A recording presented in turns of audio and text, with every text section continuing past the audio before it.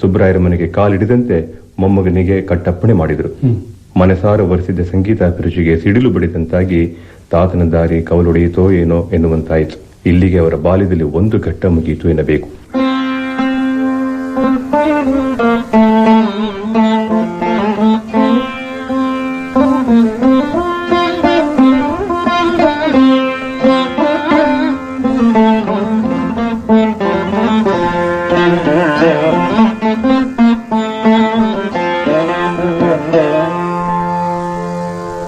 ಮುಂದೆ ಬಿಟ್ಟು ಹೋದ ಸಂಗೀತವನ್ನು ನಿಮ್ಮ ತಾತನವರು ಮತ್ತೆ ಅಳವಡಿಸಿಕೊಂಡಿದ್ದು ಸೋದರ ಮಾವನ ಬೆಂಬಲ ಇರಬೇಕು. ಅದಕ್ಕಿಂತ ಹೆಚ್ಚಾಗಿ ದೈವವೇ ಅವರ ಬೆನ್ನಿಗೆ ನಿಂತಿತು ಎನ್ನಬೇಕು. ಸಂಸ್ಕೃತ ಪಾಠಶಾಲೆಯ ಪಠ್ಯ ವಿಷಯಗಳಲ್ಲಿ ಕೆಲವು ಬದಲಾವಣೆಗಳಾಗಿ ಪ್ರತಿಯೊಬ್ಬ ವಿದ್ಯಾರ್ಥಿಯು ಎರಡೆರಡು ವಿಷಯಗಳನ್ನು ಅಭ್ಯಾಸ ಮಾಡತಕ್ಕದ್ದೆಂದು ಎಲ್ಲ ಪಠ್ಯ ವಿಷಯಗಳನ್ನ ಬೇರೆ ಬೇರೆ ಚೀಟಿಗಳಲ್ಲಿ ಬರೆದು ಪಾಠಶಾಲೆಯ ವಿನಾಯಕನ ಮುಂದೆ ಚೆಲ್ಲಿ ಸಣ್ಣ ಮಗುವೊಂದರ ಕೈಯಿಂದ ಪ್ರತಿಯೊಬ್ಬ ವಿದ್ಯಾರ್ಥಿಯ ಹೆಸರಿನಲ್ಲೂ ಎರಡೆರಡು ಚೀಟಿಗಳನ್ನು ಎತ್ತಿಸಿ ಅದರಲ್ಲಿ ಬರೆದಿದ್ದ ಎರಡು ಶಾಸ್ತ್ರಗಳನ್ನೇ ಆಯಾ ವಿದ್ಯಾರ್ಥಿ ಅಭ್ಯಾಸ ಮಾಡತಕ್ಕದ್ದೆಂದು ವ್ಯವಸ್ಥೆಯಾಯಿತು. ಅಂತೆಯೇ ಮಗು ತಾತನ ಹೆಸರಿನಲ್ಲಿಯೂ ಎರಡು ಚೀಟಿಗಳನ್ನು ಎತ್ತಿ ಹಿಡಿಯಿತು. ಅದರಲ್ಲಿ ಬಂದದ್ದು ಸಂಗೀತ, ಸಾಹಿತ್ಯ. ದೈವದತ್ತವಾದ ಇಂತಹ ಪ್ರಸಾದ ತಾತನ ಪಾಲಿಗೆ ಬಂದ ಮೇಲೆ ಅವರ ಹುಮ್ಮಸ್ಸನ್ನು ಕೇಳಬೇಕೆ ಪಾಠಶಾಲೆಯ ಸಂಗೀತಾಧ್ಯಾಪಕರಾಗಿದ್ದ ವೀಣೆ ಪದ್ಮನಾಭಯ್ಯನವರು ತಾತನಿಗೆ ಎರಡನೆಯ ಗುರುಗಳಾದರು. ರಕ್ತಗತವಾಗಿ ಬಂದಿದ್ದ ಸಂಗೀತಾಭಿರುಚಿಗೆ ಇಂತಹ ದೈವ ಸಹಾಯ ಪುಟ ಇಟ್ಟಿರಬೇಕು. ಜತೆಗೆ ತಾತನ ಒಂದು ಹುಟ್ಟುಗುಣವೆಂದರೆ ಹಿಡಿದ ಪಟ್ಟಣ ಎಂದೂ ಬಿಟ್ಟು ಕೊಡುವುದಿಲ್ಲವೆಂಬ ಛಲ. ಎಳೆತನದಿಂದಲೂ ಅನೇಕ ಘಟನೆಗಳು ತಾತನ ಛಲವನ್ನು ಕೆಣಕಿ ಅಡಿಗಡಿಗೂ ಅವರನ್ನು ಅಲಿಗಿಸಿದವು. ಇದರಿಂದಲೇ ತಾತನ ಧ್ಯೇಯ ಆಳವಾಗಿ ಊರಿ ನಡೆ ನಿಶ್ಚಿತವಾಗಿ ತಪಸ್ಸು ನಿಶ್ಚಿತವಾಗಲು ಸಾಧ್ಯವಾಯಿತು. ಇಂತಹ ಒಂದು ರಸದ ಘಟ್ಟ ಎಂದರೆ ವೀಣೆ ಶೇಷಣ್ಣನವರ ಸಂಗಡ ತಾತ ಕೊಯಮತ್ತೂರಿಗೆ ಹೋದಾಗ ನಡೆದ ಘಟನೆ. ತಮ್ಮ ಪುಸ್ತಕದಲ್ಲಿ ತಾತ ಈ ವಿಷಯವನ್ನು ಪ್ರಸ್ತಾಪಿಸಿದ್ದಾರೆ. ಕೊಡಿ, ನಾನು ಓದ್ಕೊಳ್ತೀನಿ. ನನಗೂ ಕೇಳೋ ಹಾಗೆ. ಈಗ ಪುಸ್ತಕ ನಾ ಕಂಡ ಕಲಾವಿದರು, ಪುಟ 18. ಅಲ್ಲಿ ಶೇಷಣ್ಣನವರು ಅಮೋಘವಾಗಿ 4-6 ಗಂಟೆ ಕಚೇರಿ ಮಾಡಿದರು. ತುಂಬಿದ ಸಭೆಯ ಮೇಲೆ ಸನ್ಮೋಹನಾಸ್ತ್ರ ಬೀರಿದಂತೆ ಭಾಸವಾಗುತ್ತಿತ್ತು. ಕಚೇರಿಯ ನಂತರ ಶೇಷಣ್ಣನವರು ನನ್ನ ಕಡೆ ಬೆರಳು ಮಾಡಿ ಸಭಿಕರಿಗೆ ಹೇಳಿದರು, ಈತ ಬಾಯಿ ಹಾಡುಗಾರಿಕೆಯಲ್ಲಿ ಘನ ವಿದ್ವಾಂಸರು, ಅಮೋಘವಾಗಿ ಹಾಡುತ್ತಾರೆ ಎಂದು. ಹಾಡುವಂತೆ ಒತ್ತಾಯಪಡಿಸಿದರು ಜನ ನನ್ನನ್ನು. ಶೇಷಣ್ಣನವರ ಪ್ರಶಂಸೆಯ ಹಿಂದಡಗಿದ್ದ ವಿನೋದ ಭಾವದ ಅರಿವೇ ಆಗಲಿಲ್ಲ ನನಗೆ. ನಿಜಕ್ಕೂ ನುಡಿದಿರಬಹುದೆಂದು ನಂಬಿ ಪಾಠಶಾಲೆಯಲ್ಲಿ ಕಲಿತ ಹರಿಕಾಂಬೋಧಿ ರಾಗದ ಒಕಮಾಟ ಒಕಬಾಣಮು ಎಂಬ ಕೃತಿಯನ್ನು ನನ್ನದೇ ಆದ ಒಂದು ಶೈಲಿ ಮತ್ತು ಮನೋಧರ್ಮದಲ್ಲಿ ಹಾಡಲು ಉಪಕ್ರಮಿಸಿದೆ. ಬಾಯಿ ಬಿಡುವುದೇ ತಡ, ಸಭೆಯಲ್ಲಿ ಕರತಾಡನ, ಕಿಲಕಿಲ ನಗು, ಕುಚೋದ್ಯ ಎಲ್ಲವೂ ಒಮ್ಮೆಲೆ ಪ್ರಾರಂಭವಾಯಿತು. ಅವಮಾನದ ಭಾರದಿಂದ ತಲೆ ತಗ್ಗಿತು. ಶೇಷಣ್ಣನವರ ಕಡೆ ನೋಡಿದೆ. ಗಹಗಹಿಸಿ ನಗುತ್ತಿದ್ದಾರೆ. ಮೈ ಬೆಂಕಿಯಾಯಿತು. ಆ ಕೂಡಲೇ ಸಂಗೀತವನ್ನು ಬಿಟ್ಟು ಸಾಹಿತ್ಯದಲ್ಲಾದರೂ ವಿದ್ವಾಂಸನೆಂದು ತೋರಿಕೊಡಬೇಕೆಂದು ನಿಶ್ಚಯಿಸಿ ಆಶು ಕವಿತ್ವವೊಂದನ್ನು ಮಾಡಿ ಹೇಳಿದೆ. ಸಭೆಯಲ್ಲಿ ಎದ್ದಿದ್ದ ಗೊಂದಲ, ಉದ್ರೇಕ ಕೊಂಚ ಕಡಿಮೆಯಾದಂತೆ ತೋರಿಬಂತು. ಅಲ್ಲಿ ಸೇರಿದ್ದ ಕೆಲವು ಸಂಸ್ಕೃತ ಪಂಡಿತರು ಪ್ರೋತ್ಸಾಹಪೂರ್ವಕವಾದ ಮಾತುಗಳನ್ನಾಡಿದರು. ಹೃದಯದ ಭಾರ ಕೊಂಚ ಹಗುರವಾಯಿತು. ಮನೆಯ ಯಜಮಾನ ಆ ಕೂಡಲೇ ಒಳಗೆ ಹೋಗಿ ಒಂದು ತಟ್ಟೆಯಲ್ಲಿ ಹಣ್ಣು ಹಂಪಲುಗಳನ್ನು, 25 ರೂಪಾಯಿಯನ್ನು, ಒಂದು 16 ವಸ್ತ್ರವನ್ನು ತಂದು ಸನ್ಮಾನಿಸಿದರು. ಶೇಷಣ್ಣನವರು ಬೆದರಿದ ಕಣ್ಣುಗಳಿಂದ ಒಮ್ಮೆ ಪರಿಶೀಲಿಸಿದರು ನನ್ನನ್ನು. ಬೆಂಗಳೂರಿಗೆ ನಮ್ಮ ಪ್ರಯಾಣ ಬೆಳೆಯಿತು. ಶೇಷಣ್ಣನವರು 2ನೇ ತರಗತಿಯ ಗಾಡಿಯಲ್ಲಿ, ನಾನು 3ನೇ ತರಗತಿಯ ಗಾಡಿಯಲ್ಲಿ ಪ್ರಯಾಣ ಮಾಡಲು ನಿಶ್ಚಯಿಸಿಕೊಂಡೆವು. ಸಂಗೀತದಲ್ಲಿ ನನಗಾದ ಅವಮಾನದ ಕಾವು ಇನ್ನೂ ಆರಿರಲಿಲ್ಲ. ಶೇಷಣ್ಣನವರೇ ಇಷ್ಟು ಅನರ್ಥಕ್ಕೂ ಮೂಲ ಕಾರಣವೆಂಬ ಖಾರ ಅವರ ಮೇಲೆ ಇದ್ದೇ ಇತ್ತು. ನನಗೆ ಏನಾದರೂ ಮಾಡಿ ಚೆನ್ನಾಗಿ ಸಂಗೀತ ಅಭ್ಯಾಸ ಮಾಡಿ ಶೇಷಣ್ಣನವರಿಂದಲೇ ಭೇಷ್ ಅನ್ನಿಸಿಕೊಳ್ಳಬೇಕೆಂದು ಛಲ ಮೂಡಿತು ಮನಸ್ಸಿನಲ್ಲಿ. ಶೇಷಣ್ಣನವರನ್ನ ನೀವೇ ನನಗೆ ಸಂಗೀತದ ಗುರುಗಳಾಗಬೇಕು ಎಂದು ಪ್ರಾರ್ಥಿಸಿಕೊಂಡೆ. ನಿಮಗೂ ಸಂಗೀತಕ್ಕೂ ಬಲು ದೂರ ಆಚಾರ್ಯರೇ, ನೀವೆಷ್ಟಾದರೂ ಭೋಜನ ಪ್ರಿಯರು, ರಸಕವಳ ಉಂಡು ತೃಪ್ತರಾಗಿರಿ, ಸಂಗೀತದ ಗೋಜೇಕೆ ನಿಮಗೆ ಎಂದರು ಶೇಷಣ್ಣನವರು. ಉರಿಯುವ ಬೆಂಕಿಗೆ ತುಪ್ಪ ಸುರಿದಂತಾಯ್ತು ನನಗೆ. ಸ್ವಲ್ಪ ಬಿರುಸಿನಿಂದಲೇ ಹೇಳಿದೆ, ಅದೆಲ್ಲ ಹಾಗಿರಲಿ, ನೀವು ಸಂಗೀತ ಹೇಳಿಕೊಡಲೇಬೇಕು ಅಂದೆ. ನಿಮಗೆ ಖಂಡಿತ ಸಂಗೀತ ಬರೋಲ್ಲ ಆಚಾರ್ಯರೇ. ಬಂದರೋ ಬರದೇ ಹೋದ್ರೆ ಇಲ್ಲಿ ನೋಡಿ, ಬ್ರಾಹ್ಮಣನಿಗೆ ಮುಖ್ಯವಾದದ್ದು ಈ ಜನಿವಾರ, ಇದನ್ನು ಕಿತ್ತಾಚೆಗೆ ಎಸೆಯುತ್ತೇನೆ. ಹಾಗಾದ್ರೆ ನೋಡಿ, ಪಾಠ ಈಗಲೇ ಪ್ರಾರಂಭ ಮಾಡ್ತೀನಿ. ನಾನು ಒಂದು ಬಾರಿ ಹೇಳಿದ್ದನ್ನ ಮತ್ತೊಂದು ಬಾರಿ ಹೇಳೋಲ್ಲ. ಯಾವಾಗ ಕಲಿತು ಒಪ್ಪಿಸ್ತೀರಿ? ಬೆಂಗಳೂರು ಕಂಟೋನ್ಮೆಂಟ್ ಸ್ಟೇಷನ್ ಬರುವ ಹೊತ್ತಿಗೆ ಕಲಿತು ಪಾಠ ಒಪ್ಪಿಸ್ತೀನಿ. ಇದೇ ಮಾತು. 4ಗೆ 1-2 ಪಾಠ ಪ್ರಾರಂಭವಾಯಿತು. ಶಂಕರಾಭರಣದ ರಾಗದ ಅಟ್ಟತಾಳದ ವರ್ಣ ಸಲಮೇಲರ. ಪ್ರತಿ ಸ್ಟೇಷನ್ನಲ್ಲಿಯೂ ನನ್ನ ಗಾಡಿಯಿಂದ ಇಳಿದು ಶೇಷಣ್ಣನವರ ಗಾಡಿಗೆ ಹೋಗಿ ಒಂದೊಂದು ಆವರ್ತಿ ಹೇಳಿಸಿಕೊಂಡು ಬಂದು ಗಟ್ಟಿ ಮಾಡಿಕೊಳ್ಳುವುದು. ಹೀಗೆ ಮಾಡಿ ಬೆಂಗಳೂರು ಕಂಟೋನ್ಮೆಂಟ್ ಸ್ಟೇಷನ್ನಲ್ಲಿ ಮೊದಲಿನಿಂದ ಕೊನೆಯವರೆಗೆ ತಪ್ಪದಂತೆ ವರ್ಣವನ್ನು ಹಾಡಿದೆ. ಶೇಷಣ್ಣನವರ ಕಣ್ಣಂಚಿನಲ್ಲಿ ಹನಿಗೂಡಿತು. ಆಚಾರ್ಯರೇ, ಅಪರಾಧವಾಯಿತು ನನ್ನದು. ನಾನು ಆಡಿದ ಮಾತುಗಳನ್ನು ಮನ್ನಿಸಿ. ಒಂದು ದಿನದಲ್ಲಿ ಒಂದು ವರ್ಣವನ್ನು ಜಯಿಸಬಲ್ಲೆ ಎಂಬ ಅಹಂ ನನಗಿತ್ತು. ಇವತ್ತು ಅದನ್ನು ಮೀರಿಸಿದ್ದೀರಿ ನೀವು. ಆಚಾರ್ಯರೇ, ನನ್ನ ಅನಂತರ ನನ್ನ ಸ್ಥಾನ ತಮ್ಮದು, ಇದು ಸತ್ಯವಾದ ಮಾತು ಅಂತ ಹೇಳಿ ನನ್ನನ್ನು ಬಾಚಿ ತಬ್ಬಿಕೊಂಡು ಆನಂದ ಬಾಷ್ಪ ಸುರಿಸಿದರು. ಇದರಿಂದಾಗಿ ತಾತ ಶೇಷಣ್ಣನವರನ್ನ ಗುರುಸ್ಥಾನದಲ್ಲಿ ಎಣಿಸುತ್ತಿದ್ದರು. ಇದನ್ನು ಕೇಳಿದ್ರೆ ಏಕಲವ್ಯನ ಕಥೆ ನೆನಪಾಗ್ತದೆ. ಹೌದು, ಓದ್ತಿದ್ದ ಹಾಗೆ ನಿಮ್ಮ ಕಣ್ಣಂಚಿನಲ್ಲೂ ನೀರು. ಪಾಪ, ಅವರಿಗೆ ಎಂತಹ ವಿಷಮ ಪರೀಕ್ಷೆ ಎನ್ನಿಸಿತು. ಅಲ್ಲ, ಅದನ್ನ ಗೆಲ್ಲಬಲ್ಲೆ ಅಂತನೋ ಛಲ ಇಲ್ಲದೆ ಇದ್ರೆ ಸಡ್ಡು ಹೊಡೆದ ಹಾಗೆ ನಿಲ್ತಾ ಇದ್ರೆ, ಸಾಹಿತ್ಯದಲ್ಲಿ ಅಂತಹ ಪ್ರಗಲ್ಭವಾದ ಪಾಂಡಿತ್ಯ ಇಲ್ಲದಿದ್ರೆ ಏನು ಗತಿ ಅಂತೀನಿ. ಎಂತಹ ಇಕ್ಕಟ್ಟಿನ ಪ್ರಸಂಗ ಅದು. ಸರಿ ಕೃಷ್ಣಮೂರ್ತಿ, ಮುಂದೆ ದೈವ ತಾತನಿಗೆ ಸದ್ಗುರುವನ್ನ ಹುಡುಕಿಕೊಟ್ಟಿತು. ಒಮ್ಮೆ ಸಂಸ್ಕೃತ ಪಾಠಶಾಲೆಯಲ್ಲಿ ದಕ್ಷಿಣ ದೇಶದ ಹೆಸರಾಂತ ವಿದ್ವಾಂಸರಾದ ಮಹಾವೈದ್ಯನಾಥಯ್ಯರ್ ಮತ್ತು ಪಟ್ನಂ ಸುಬ್ರಹ್ಮಣ್ಯಯ್ಯರ್ ಅವರ ಕಚೇರಿಗಳು ನಡೆದವು. ಪಟ್ನಂ ಅವರ ಗಾನ ಶೈಲಿ ತಾತನ ಹೃದಯದಲ್ಲಿ ರಸೋತ್ಕರ್ಷ ಮಾಡಿ ಅವರ ಮನಸ್ಸನ್ನು ಸೂರಿಕೊಂಡಿತು. ಹೇಗಾದರೂ ಸರಿಯೇ ಪಟ್ನಂ ಸುಬ್ರಹ್ಮಣ್ಯಯ್ಯರ್ ಅವರ ಸ್ಥಳವಾದ ತಿರುವಿಯಾರಿಗೆ ಹೋಗಿ ಅವರಲ್ಲಿಯೇ ಸಂಗೀತ ಶಿಕ್ಷಣ ಪಡೆಯಬೇಕೆಂದು ತಾತ ನಿರ್ಧಾರ ಮಾಡಿದರು. ಅಂದಹಾಗೆ ತಿರುವಯ್ಯಾರ್ ಸ್ವಯಂ ತ್ಯಾಗರಾಜರ, ದೀಕ್ಷಿತರ, ಶ್ಯಾಮಶಾಸ್ತ್ರಿಗಳ ಜನ್ಮದಿಂದ ಪುನೀತವಾದ ಪುಣ್ಯಕ್ಷೇತ್ರ. ಅಲ್ಲದೆ ಪಟ್ನಂ ಸುಬ್ರಹ್ಮಣ್ಯರವರ ಗುರುಗಳಾದ ಮಾನಂಬು ಚಾವಡಿ ವೆಂಕಟ ಸುಬ್ಬಯ್ಯರವರ ಗುರುಗಳೆಂದರೆ ಸಾಕ್ಷಾತ್ ತ್ಯಾಗರಾಜ ಸ್ವಾಮಿಗಳು. ಅಲ್ಲ, ಮೈಸೂರಿನ ಈ ಮಗು ದಕ್ಷಿಣದ ಅಷ್ಟು ದೂರದ ಊರಿಗೆ ಹೋಗಿ ತ್ಯಾಗರಾಜ ಪರಂಪರೆಯ ಅಂತಹ ಘನ ವಿದ್ವಾಂಸರಲ್ಲಿ ಶಿಷ್ಯವೃತ್ತಿ ಮಾಡಬೇಕೆಂದು ಹಠ ತೊಟ್ಟರೆ ಎಂತಹ ಕನಸವರದು. ನಿಜ.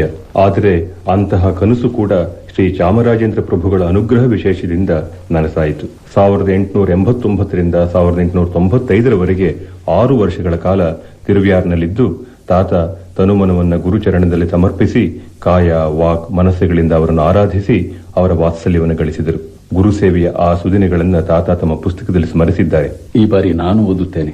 ಗುರುಗಳನ್ನಾಶ್ರಯಿಸಿ ಕೆಲವು ತಿಂಗಳುಗಳು ಆಗುತ್ತಾ ಬಂದರೂ ಇನ್ನೂ ನನಗೆ ಪಾಠ ಪ್ರಾರಂಭ ಮಾಡಿರಲಿಲ್ಲ. ನನಗೆ ವಿಧಾಯಕವಾಗಿದ್ದ ದಿನಚರಿ ಎಂದರೆ ಬೆಳಗಿನ ಜಾವ ಎದ್ದು ಗುರುಗಳು ಸಾಧಕ ಮಾಡುವ ವೇಳೆ ತಂಬೂರಿ ಮೀಟುತ್ತಾ ಕುಳಿತಿರುವುದು, ಪರಮೇಶ್ವರಯ್ಯರಿಗೆ ಪಾಠ ನಡೆಯುವ ವೇಳೆ ಕೇಳುತ್ತಿರುವುದು, ಗುರುಗಳು ಊಟವಾದ ಮೇಲೆ ಒಬ್ಬರೇ ಕುಳಿತು ಕೃತಿ ರಚನೆಯಲ್ಲಿ ತೊಡಗಿರುವಾಗೆ ಪಕ್ಕದಲ್ಲಿರುವುದು, ಗುರುಗಳ ಕಚೇರಿಗಳಿಗೆ ಸಂಗಡ ಹೋಗಿ ಬರುವುದು. ಇಷ್ಟೇ. ಗುರುಗಳ ಅಪ್ಪಣೆಯನ್ನೇನೋ ಚಾಚೂ ತಪ್ಪದೆ ನಡೆಸುತ್ತಿದ್ದೆನಾದರೂ ಪಾಠ ಕಲಿಯಬೇಕೆಂಬ ಅಭಿಲಾಷೆ ಮಿತಿ ಮೀರುತ್ತಾ ಬಂದಿತ್ತು. ನನ್ನ ಇಂಗಿತವನ್ನರಿಯಲು ಗುರುಗಳಿಗೆ ದೀರ್ಘಕಾಲವೇನೂ ಬೇಕಾಗಲಿಲ್ಲ. ಒಂದು ದಿನ ಮಧ್ಯಾಹ್ನ ಭೋಜನವಾದ ನಂತರ ಪಡಸಾಲೆಯಲ್ಲಿ ಕುಳಿತಿರುವಾಗೆ ಗುರುಗಳೇ ವಿಷಯವನ್ನು ಪ್ರಸ್ತಾಪಿಸಿದರು. ವೃಥಾ ಕಾಲಹರಣ ಆಗುತ್ತಿದೆ ಎಂದು ಯೋಚಿಸುತ್ತಿದ್ದೀಯ ವಾಸು? ಇಲ್ಲ ಗುರುಗಳೇ, ನಿನಗೆ ವಿದ್ಯಾರ್ಜನೆ ಮಾಡಬೇಕೆಂದಿರುವ ಆಸೆ ಆತುರ ಎರಡೂ ನನಗೆ ತಿಳಿಯದೇ ಇಲ್ಲ. ಇಷ್ಟು ದಿನವೂ ವೃಥಾ ಕಾಲಹರಣವಾಯಿತು ಅಂತ ಭಾವಿಸಬೇಡ. ನಿನ್ನ ವ್ಯಾಸಂಗಕ್ಕೆ ಅಸ್ಥಿಭಾರವನ್ನು ಸಿದ್ಧಗೊಳಿಸುತ್ತಿದ್ದೆ. ಸಂಗೀತ ಕಲಿಯಬೇಕೆಂದವನಿಗೆ ಸಂಗೀತದ ಕೇಳ್ಮೆಯಿಂದಾಗುವ ಪ್ರಯೋಜನ ಅಷ್ಟಿಷ್ಟಲ್ಲ. ಏಕಾಗ್ರ ಚಿತ್ತತೆಯಿಂದ ಕೇಳಿದ ನಂತರ ಯಾವುದೇ ಕೀರ್ತನೆಯನ್ನಾಗಲಿ ವರ್ಣವನ್ನಾಗಲಿ ನಿಮಿಷ ಮಾತ್ರದಲ್ಲಿ ಕರಗತ ಮಾಡಿಕೊಳ್ಳಬಹುದು. ದೇವಾಲಯದ ಪ್ರಾಕಾರದ ಪ್ರದಕ್ಷಿಣೆ ಮಾಡಿಸಿದ್ದೇನೆ. ಇನ್ನುಳಿದಿರುವುದು ಗರ್ಭಗುಡಿಯ ಪ್ರವೇಶ, ಮೂಲ ವಿಗ್ರಹದ ದರ್ಶನ. ನಾಳೆಯಿಂದ ಆ ಕೆಲಸ ಪ್ರಾರಂಭ ಮಾಡುತ್ತೇನೆ ವಾಸು ಎಂದರು. ಅಮೃತಧಾರೆ ಎರೆದಂತಾಯಿತು ನನಗೆ. ತಮ್ಮ ಚಿತ್ತ ಗುರುಗಳೇ, ಅನುಗ್ರಹೀತೋಸ್ಮಿ ಎಂದೆ. ಮಾರನೇ ಬೆಳಿಗ್ಗೆ ಗುರುಗಳ ಅಪ್ಪಣೆಯ ಮೇರೆ ಕಾವೇರಿಯಲ್ಲಿ ಸ್ನಾನ ಮಾಡಿ ತ್ಯಾಗರಾಜರ ಸಮಾಧಿಗೆ ಹೋಗಿ ಭಕ್ತಿ ಕುಸುಮವನ್ನು ಅರ್ಪಿಸಿ ಹಿಂತಿರುಗಿದೆ. ಗುರುಗಳಿಗೆ ತ್ರಿಕರಣ ಪೂರ್ವಕವಾಗಿ ನಮಸ್ಕರಿಸಿದೆ. ಯಶೋವಂತನಾಗಿ ಬಾಳು ಎಂದು ತೆರೆದ ಹೃದಯದಿಂದ ಆಶೀರ್ವದಿಸಿದರು. ಬೇಗಡೆ ರಾಗದಲ್ಲಿ ಅಟ್ಟತಾಳದ ವರ್ಣದಿಂದ ಪಾಠ ಪ್ರಾರಂಭವಾಯಿತು.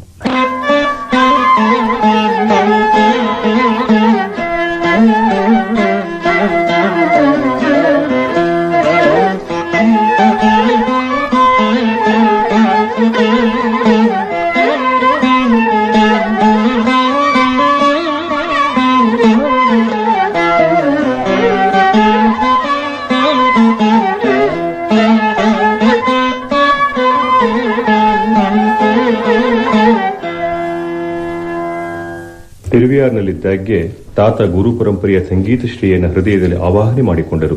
ಗುರುವಿನ ಅನುಗ್ರಹದಿಂದ ಸಂಗೀತ ಸಾಧನೆಯಲ್ಲಿ, ಶಾಸ್ತ್ರ ವಿವೇಚನೆಯಲ್ಲಿ, ಕೃತಿ ರಚನೆಯಲ್ಲಿ ಪರಿಣಿತಿ ಗಳಿಸಿದರು. ಅಂದಿನ ಹೆಸರಾಂತ ದಾಕ್ಷಿಣಾತ್ಯ ಸಂಗೀತ ವಿದ್ವಾಂಸರ ವಿನಿಕೆಗಳನ್ನು ಆಸ್ಥೆಯಿಂದ, ನಿಷ್ಠೆಯಿಂದ ಕೇಳಿ ಸಾರ ಸಂಗ್ರಹ ಮಾಡಿಕೊಂಡರು. ಇಂತಹ ಶಿಷ್ಯನನ್ನು ಕಂಡು ಗುರು ಮೆಚ್ಚುಕೊಂಡಿರಬೇಕು. ತಾತ ಆ ವಿಷಯವನ್ನು ಅತ್ಯಂತ ವಿನಯದಿಂದ ಸ್ಮರಿಸಿಕೊಂಡಿದ್ದಾರೆ. ಗುರುಕುಲ ವಾಸವನ್ನು ಮುಗಿಸಿ ಮೈಸೂರಿಗೆ ಮರಳುವ ಮುನ್ನ ಗುರುವಿನ ಅಡಿಯಲ್ಲಿ ಮುಡಿಯಿಟ್ಟು ಸಾಷ್ಟಾಂಗವಾಗಿ ನಮಿಸಿದಾಗ ಗುರು ಹೇಳಿದರಂತೆ, ಹೌದು, ಇಲ್ಲಿ ಬರೆದಿದೆ. ಮೈಸೂರು ಮೊದಲಿನಿಂದಲೂ ಕಲೆಯ ಬೇಡಾಗಿದೆ. ನಿಮ್ಮ ನಾಡಿಗೆ ನಾನು ಭಕ್ತಿಯಿಂದ ನೀಡುವ ಕಾಣಿಕೆಯೇ ನೀನು. ಕೀರ್ತಿವಂತನಾಗು ವಾಸು, ಯಶೋವಂತನಾಗಿ ಬಾಳು. ಗುರುವಿನ ಇಂತಹ ಆಶೀರ್ವಾದದಿಂದಾಗಿ ಪ್ರಭು ಚಾಮರಾಜ ಒಡೆಯರು ನೆಟ್ಟ ಸಸಿ ಫಲ ಬಿಡುವಂತಾಯಿತು. ಮೈಸೂರಿಗೆ ಬಂದೊಡನೆಯೇ ಅರಮನೆಗೆ ಧಾವಿಸಿ ವಾತ್ಸಲ್ಯ ಕುತೂಹಲಗಳಿಂದ ಪ್ರಶ್ನಿಸಿದ ಪ್ರಭುಗಳಿಗೆ ತಮ್ಮ ವಿದ್ಯಾರ್ಜನೆಯ ವಿವರಗಳನ್ನು ವಿನಯದಿಂದ ನಿವೇದಿಸಿ ಪ್ರಭು ಸನ್ನಿಧಿಯಲ್ಲಿ ಗಾನಾರ್ಪಣೆ ಮಾಡಿದರು. ಹರ್ಷಭರಿತರಾದ ಪ್ರಭುಗಳು ಆಸ್ಥಾನದ ಹಿರಿಯ ವಿದ್ವಾಂಸರಾದ ವೀಣೆ ಶೇಷಣ್ಣನವರನ್ನು, ಸುಬ್ಬಣ್ಣನವರನ್ನು ಕುರಿತು ಮೈಸೂರಿನ ಕೀರ್ತಿಯನ್ನು ಬೆಳಗಿಸುವಂತೆ ಆಚಾರ್ಯರನ್ನು ಆಶೀರ್ವದಿಸಿ ಎಂದರು.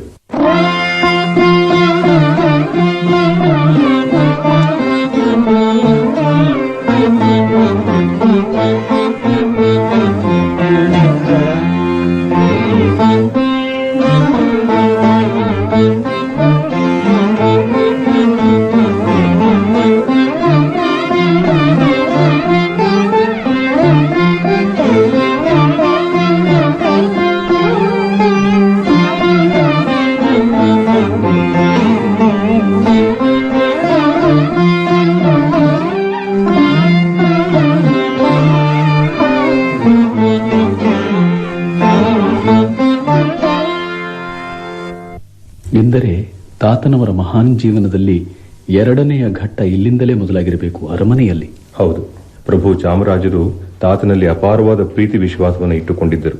ತಮ್ಮ ಸನ್ನಿಧಿಯಲ್ಲಿಯೇ ಅವರನ್ನು ಆಧರಿಸಿ ಇರಿಸಿಕೊಂಡರು. ಅರಮನೆಯ ಸರಸ ಜೀವನದ ನೂರಾರು ರಸದೌತಣಗಳನ್ನು ಕಂಡುಂಡುದನ್ನ ತಾತ ಎಂದೂ ಮರೆಯಲಿಲ್ಲ.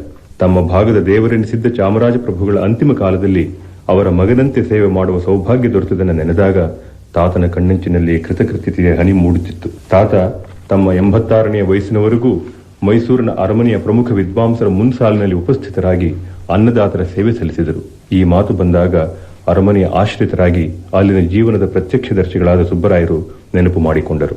ನಮ್ಮ ತಾತನವರು ರಾಮಕೃಷ್ಣಪ್ಪನವರು ಅರಮನೆಯಲ್ಲಿ ಮಕ್ಲೇಸರಾಗಿದ್ರು. ನಮ್ಮ ತಂದೆಯವರು ಅರಮನೆಯಲ್ಲಿ ಅಸಿಸ್ಟೆಂಟ್ ಮಕ್ಲೇಸರಾಗಿದ್ರು.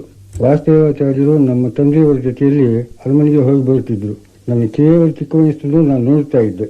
ವಾಸುದೇವಾಚಾರ್ಯರು ನಾಲ್ವಡಿ ಕೃಷ್ಣರಾಜರಿಗೂ ಮತ್ತು ಅವರ ಅಕ್ಕ ತಂಗಿಗೂ ಸಂಸ್ಕೃತ ಪಾಠವನ್ನು ಹೇಳ್ತಿದ್ದರಂತೆ. ಆಚಾರ್ಯರನ್ನು ನಮ್ಮ ಮೇಷ್ಟ್ರು ಎಂದು ನಾಲ್ವಡಿ ಕೃಷ್ಣರಾಜರು ಕರೆಯುತ್ತಿದ್ರಂತೆ. ನೀವು ಮಹಾರಾಜರ ಮೇಷ್ಟ್ರು ಅಲ್ಲವೇ ಎಂದು ನಮ್ಮ ತಂದೆ ಅವರನ್ನು ಕರೆಯುತ್ತಿದ್ದು ನನಗೆ ಚೆನ್ನಾಗಿ ಜ್ಞಾಪಕ ಇದೆ. ಒಂದು ಸಲ ಮೈಸೂರು ಸಂಸ್ಕೃತ ಪಾಠಶಾಲೆಯಲ್ಲಿ ಆಚಾರ್ಯರಿಗೆ ಸನ್ಮಾನ ಮಾಡಬೇಕು ಅಂತ ಒಂದು ಸಮಾರಂಭ ಏರ್ಪಟ್ಟಾಗಿತ್ತು. ಆ ದಿವಸಗಳಲ್ಲಿ ಸಂಗೀತ ವಿದ್ವಾಂಸರು ಯಾವ ಸನ್ಮಾನ ಸಮಾರಂಭದಲ್ಲಿ ಭಾಗವಹಿಸಬೇಕಾಗಿದ್ದು ಮಹಾರಾಜರ ಅನುಮತಿ ಪಡೆಯಬೇಕಾಗಿತ್ತು. ಇದರಂತೆ ಪಾಠಶಾಲೆಯಲ್ಲಿ ಏರ್ಪಡಿಸಿದ ಸನ್ಮಾನದ ವಿಷಯವನ್ನ ಮಹಾರಾಜರು ಆಯ್ಕೆ ಮಾಡಿದಾಗ ಪ್ರಭುಗಳು ಆಚಾರ್ಯರಿಗೆ ಕೇವಲ ಒಂದು ಮೆಡಲ್ ಕೊಟ್ಟು ಬಿಟ್ರೆ ಅವರ ಘನತೆಗೆ ಸಾಲುವುದಿಲ್ಲ. ಆದ್ರಿಂದ ಅವರಿಗೆ ಸರಿಯಾದ ಒಂದು ಸಾವನೀರನ್ನು ಪ್ರೆಸೆಂಟ್ ಮಾಡಿ ಆಮೇಲೆ ಅದನ್ನು ನಮಗೆ ತಂದು ತೋರಿಸಬೇಕು ಅಂತ ಅಸಿಸ್ಟೆಂಟ್ ಪ್ರೈವೇಟ್ ಸೆಕ್ರೆಟರಿ ಆಗಿದ್ದ SP ರಾಜಗೋಪಾಲಾಚಾರ್ಯ ಮೂಲಕ ಹೇಳಿ ಕಳಿಸಿದ್ದು ನನಗೆ ಚೆನ್ನಾಗಿ ಜ್ಞಾಪಕವಿದೆ. ಆಚಾರ್ಯರ ಸಂಗೀತ ರಚನೆಗಳ ವಿಷಯದಲ್ಲೂ ಸಹ ನಾಲ್ವಡಿ ಕೃಷ್ಣರಾಜರಿಗೆ ಬಹಳ ಪೂಜ್ಯ ಭಾವ ಇತ್ತು. ಇದಕ್ಕೆ ಒಂದೇ ಒಂದು ನಿದರ್ಶನ ಹೇಳ್ತೇನೆ. ಆಚಾರ್ಯರು ಕಲ್ಯಾಣಿ ರಾಗ ಧ್ರುವತಾಳದಲ್ಲಿ ಯದುಕುಲ ತಿಲಕ ಜಲನಿಧಿ ಚಂದ್ರ ಎಂದು ಒಂದು ವರ್ಣವನ್ನು ಮಾಡಿ ಪ್ರಭುಗಳಿಗೆ ಒಪ್ಪಿಸಿದ್ರು. ಅದನ್ನು ಅವರು ಕೇಳಿ ತುಂಬಾ ಸಂತೋಷಪಟ್ಟು ನಮ್ಮ ಶಿವಪೂಜೆ ಕಾಲದಲ್ಲಿ ಇದನ್ನು ಪ್ರತಿ ದಿವಸವೂ ಆಶೀರ್ವಾದ ರೂಪವಾಗಿ ಹಾಡಬೇಕೆಂತ ಅಪ್ಪಣೆ ಮಾಡಿದ್ರು. ಅಲ್ಲದೆ ಈ ಸಂದರ್ಭದಲ್ಲಿ ಒಂದು ವಿಶೇಷ ಬಹುಮಾನವನ್ನು ಸಹ ಪ್ರಭುಗಳು ಆಚಾರ್ಯರಿಗೆ ದಯಪಾಲಿಸಿದ್ರು. ಇದಕ್ಕೆ ಈಗಲೂ ಅರಮನೆಯಲ್ಲಿ ದಾಖಲೆ ಇದೆ. ಯುವರಾಜರಿಗಂತೂ ಇವರನ್ನು ಕಂಡ್ರೆ ಅತ್ಯಂತ ಗೌರವ ಮತ್ತು ಅಭಿಮಾನ. ಯುವರಾಜರು ಒಂದು ಸಾರಿ ಮದ್ರಾಸ್ ಸಂಗೀತ ಅಕಾಡೆಮಿ ಸಮ್ಮೇಳನವನ್ನು ಉದ್ಘಾಟಿಸುವಾಗ ಆಚಾರ್ಯರನ್ನು ಕರೆದು ತಾವು ನಮ್ಮ ಜೊತೆ ಬಂದೇ ಬರಬೇಕು, ನೀವು ನಮ್ಮ ಸಂಗಡ ಇದ್ರೆ ನಮಗೆ ಚತುರ್ಭುಜ ಇದ್ದ ಹಾಗೆ ಅಂತ ಹೇಳಿ ಜೊತೆ ಕರೆದುಕೊಂಡು ಹೋಗಿ ಗೌರವಿಸಿದ್ರು. ಈಗಿನ ಮಹಾರಾಜರಿಗೆ ಸಹ ಆಚಾರ್ಯರ ವಿಷಯದಲ್ಲಿ ಇರುವ ಗೌರವ ಬುದ್ಧಿ ಎಲ್ಲರಿಗೂ ತಿಳಿದ ವಿಷಯವೇ. ಆಚಾರ್ಯರು ಕಣ್ಮರೆಯಾದಾಗ ಬೆಂಗಳೂರಲ್ಲಿ ತಮ್ಮ ಪ್ರೆಸ್ ಕಾನ್ಫರೆನ್ಸ್ ನಲ್ಲಿ ತಮ್ಮ ಅನುತಾಪವನ್ನು ವ್ಯಕ್ತಪಡಿಸುತ್ತಾ ಅವರು ನಮಗೆ ಸಂಗೀತ ಪಾಠ ಹೇಳ್ತಿದ್ದ ಗುರುಗಳು, ಸಂಗೀತ ಪ್ರಪಂಚದಲ್ಲಿ ಬಹಳ ದೊಡ್ಡ ವ್ಯಕ್ತಿಗಳು ಎಂದು ಅಪ್ಪಣೆ ಕೊಡಿಸಿದ್ದು ಎಲ್ಲರಿಗೂ ತಿಳಿದ ವಿಷಯವೇ ಆಗಿದೆ. ಸುಬ್ಬರಾಯರ ಈ ಮಾತು ಕೇಳಿದಾಗ ಮತ್ತೊಂದು ಸಂಗತಿ ಮಹತಿ ಪಡೆಯುತ್ತದೆ ಅಲ್ಲವೇ? ತಮ್ಮ ಎಳೆತನದಲ್ಲಿಯೇ ಮುಮ್ಮಡಿ ಕೃಷ್ಣರಾಜರ ಹಸ್ತಸ್ಪರ್ಶದ ಭಾಗ್ಯಕ್ಕೆ ಪಾತ್ರರಾದ ತಾತನವರು ಮುಂದೆ ಚಾಮರಾಜ ಪ್ರಭುಗಳ ಕೃಪೆಯಿಂದ ವಿದ್ಯಾರ್ಜನೆ ಮಾಡಿ ನಾಲ್ವಡಿ ಕೃಷ್ಣರಾಜರ ಆಳ್ವಿಕೆಯಲ್ಲಿ ಆಸ್ಥಾನದ ಗೌರವಾನ್ವಿತ ವಿದ್ವಾಂಸರಾಗಿ ಕೀರ್ತಿ ಗಳಿಸಿ ಜಯಚಾಮರಾಜರಿಂದ ಗುರುಸ್ಥಾನದಲ್ಲಿ ಪೂಜೆಗೊಂಡರು. ಹೀಗೆ ಅವರ ಜೀವನ ಮೈಸೂರಿನ 4 ಪ್ರಭುಗಳ ಆಳ್ವಿಕೆಯನ್ನು ಸಂಬಂಧಿಸಿದ ಬಂಗಾರದ ಎಳೆಯಾಗಿದೆ. ಅಲ್ಲ, ಅಂದರೆ 86 ವರ್ಷ ಅರಮನೆಯ ಸೇವೆಯಲ್ಲಿದ್ದರೆಂದ ಮೇಲೆ ತಾತನವರು ಮೈಸೂರಿನಲ್ಲಿಯೇ ಉಳಿದು ಬಿಟ್ಟರು ಎಂದಾಯ್ತಲ್ಲ. ಒಂದು ದೃಷ್ಟಿಯಿಂದ ನಿಜ. ಅವರ ಕಾರ್ಯರಂಗ Mysuru.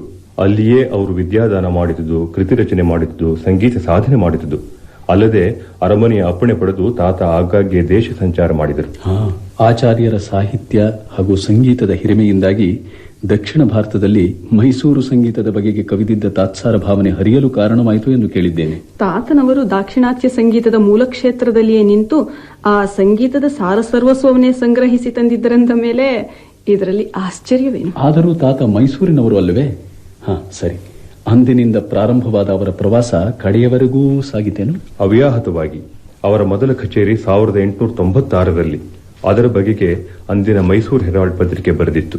The Mysore Herald, Monday, 13 January 1896. Local. A distinguished musician. Yesterday evening, there was a large gathering of musicians and some of the leading gentlemen of the palace assembled in the Samskrita Pathshala of Gunja Narasimhaya to do honor to a musician, Mr. Vasudevachar. The gentlemen assembled, having heard him, expressed great satisfaction at his attainments and honored him with a certificate of excellence and a gold bangle. ಈ ಕಚೇರಿ ಮೈಸೂರಿನಲ್ಲಿ ಹೊರಗಿನ ಪ್ರವಾಸದ ವಿಷಯ ಏಕೆ? ದಕ್ಷಿಣ ಭಾರತದಲ್ಲಿ ಅನೇಕ ಸ್ಥಳಗಳಿಗೆ ತಾತ ಅವರು ಪ್ರವಾಸ ಹೋಗಿದ್ರೆಂದು ಹೇಳಿದ್ರಲ್ಲ. ಅಲ್ಲ, ಉತ್ತರ ಭಾರತದಲ್ಲಿ ಮೈಸೂರಿನ ಸಂಗೀತದ ಪ್ರಸಾರವಾಯಿತೆ, ಆಚಾರ್ಯರು ಅಲ್ಲಿಗೂ ಹೋಗಿದ್ದರೆ ಎಂದು. ನೋಡಿ, ನೀವು ಎಂತೆಂತೆ ನೆನಪಾಯಿತು. ಮೊನ್ನೆ ಪತ್ರಿಕೆ ನೋಡುತ್ತಿದ್ದಾಗ ಹಿಂದೂ 50 years ago ಎಂಬ ಶೀರ್ಷಿಕೆಯಲ್ಲಿ ಬಂದ ಬರಹ ಇದು. The Hindu 50 years ago, from March 5th to 11th, 1912. General news. A correspondent writes from Bombay under date 3rd instant. Vidwan Vasudevachar, the well-known vocal musician of the Mysore Darbar, is now here on his return journey from Jalandhar, where he had gone to attend the Great Congress of Indian Musicians, which held its sittings from the 26th to 29th of December last. He scored a brilliant success at Jalandhar, being one of the fortunate 4 who carried away the highest awards. He was also awarded a gold medal at Bhopal. The public of Bombay had the pleasure of hearing him yesterday when a concert and entertainment was organized in his honor at Hirabag Hall by the South Indian residents of Bombay. He kept the whole audience spellbound throughout these 3 hours of the entertainment. Colonel Jennings presided on the occasion, and a gold medal from the South Indians of Bombay was presented to the Vidwan by Mrs. Jennings. ಅಂದರೆ ಅರ್ಧ ಶತಮಾನಕ್ಕೂ ಹಿಂದೆಯೇ ತಾತ ಅವರು ಉತ್ತರ ಭಾರತದಲ್ಲಿಯೂ ದಾಕ್ಷಿಣಾತ್ಯ ಸಂಗೀತದ ಜಯಭೇರಿ ಹೊಡೆದು ಬಂದಿದ್ದರೆಂದಾಯಿತು. ನೀವು ಹೇಳಿದ ಮುಂದಿನ ಆ ಅರ್ಧ ಶತಮಾನದಲ್ಲಿ ತಾತನ ಮಹಾನ್ ಜೀವನ 3 ಮುಖ ತಳೆದು ಮುಪ್ಪುರಿಯಾಗಿ ಮುಂದರಿದು ಪುಣ್ಯ ಜೀವಿತವಾಯಿತು ಎನಿಸುತ್ತದೆ. 3 ಮುಖಗಳು? ಹೌದು. ಮೊದಲನೆಯದು ಸಾಧನ ಜೀವನ, ಎರಡನೆಯದು ಸಂಗೀತ ಶಾಸ್ತ್ರ ವಿವೇಚನಾ ಜೀವನ, ಮೂರನೆಯದು ವಾಗ್ಗೇಯಕಾರ ಜೀವನ. ವಿವರ ಹೇಳಿ ಕೃಷ್ಣಮೂರ್ತಿ. ಶ್ರೇಷ್ಠ ಪರಂಪರೆಯ ಪ್ರಭಾವದಿಂದ, ದೈವದತ್ತವಾದ ಶಾರೀರ ಸಂಪತ್ತಿನಿಂದ, ಸಾಧನೆಯ ಬಲದಿಂದ ಉತ್ಕೃಷ್ಟ ಗಾಯಕರಾಗುವವರು ಹಲವರು. ಕೇವಲ ಲಕ್ಷಣಶಾಸ್ತ್ರ ಪಾರಂಗತರಾಗುವ ವಿದ್ವಾಂಸರು ಕೆಲವರು. ಲಕ್ಷಣಗಳೆರಡರಲ್ಲೂ ಸರಿಸಮನಾದ ಪಾಂಡಿತ್ಯವುಳ್ಳ ವಿದ್ವಾಂಸರು ವಿರಳ. ಅದರ ಜೊತೆಗೆ ಕೃತಿರಚನಕಾರರಾಗಿಯೂ ಖ್ಯಾತಿವೆತ್ತುವ ವಿದ್ವಾಂಸರು ಇನ್ನೂ ವಿರಳ. ಆದರೆ ತಾತನಲ್ಲಿ ಈ ಎಲ್ಲವರ ಪ್ರಸಾದಗಳು ಫಲಿಸಿದ್ದವು. ಎಂತಲೇ ಅವರು ಅಭಿನವ ತ್ಯಾಗರಾಜರೆಂದೇ ಪೂಜೆಗೊಂಡರು.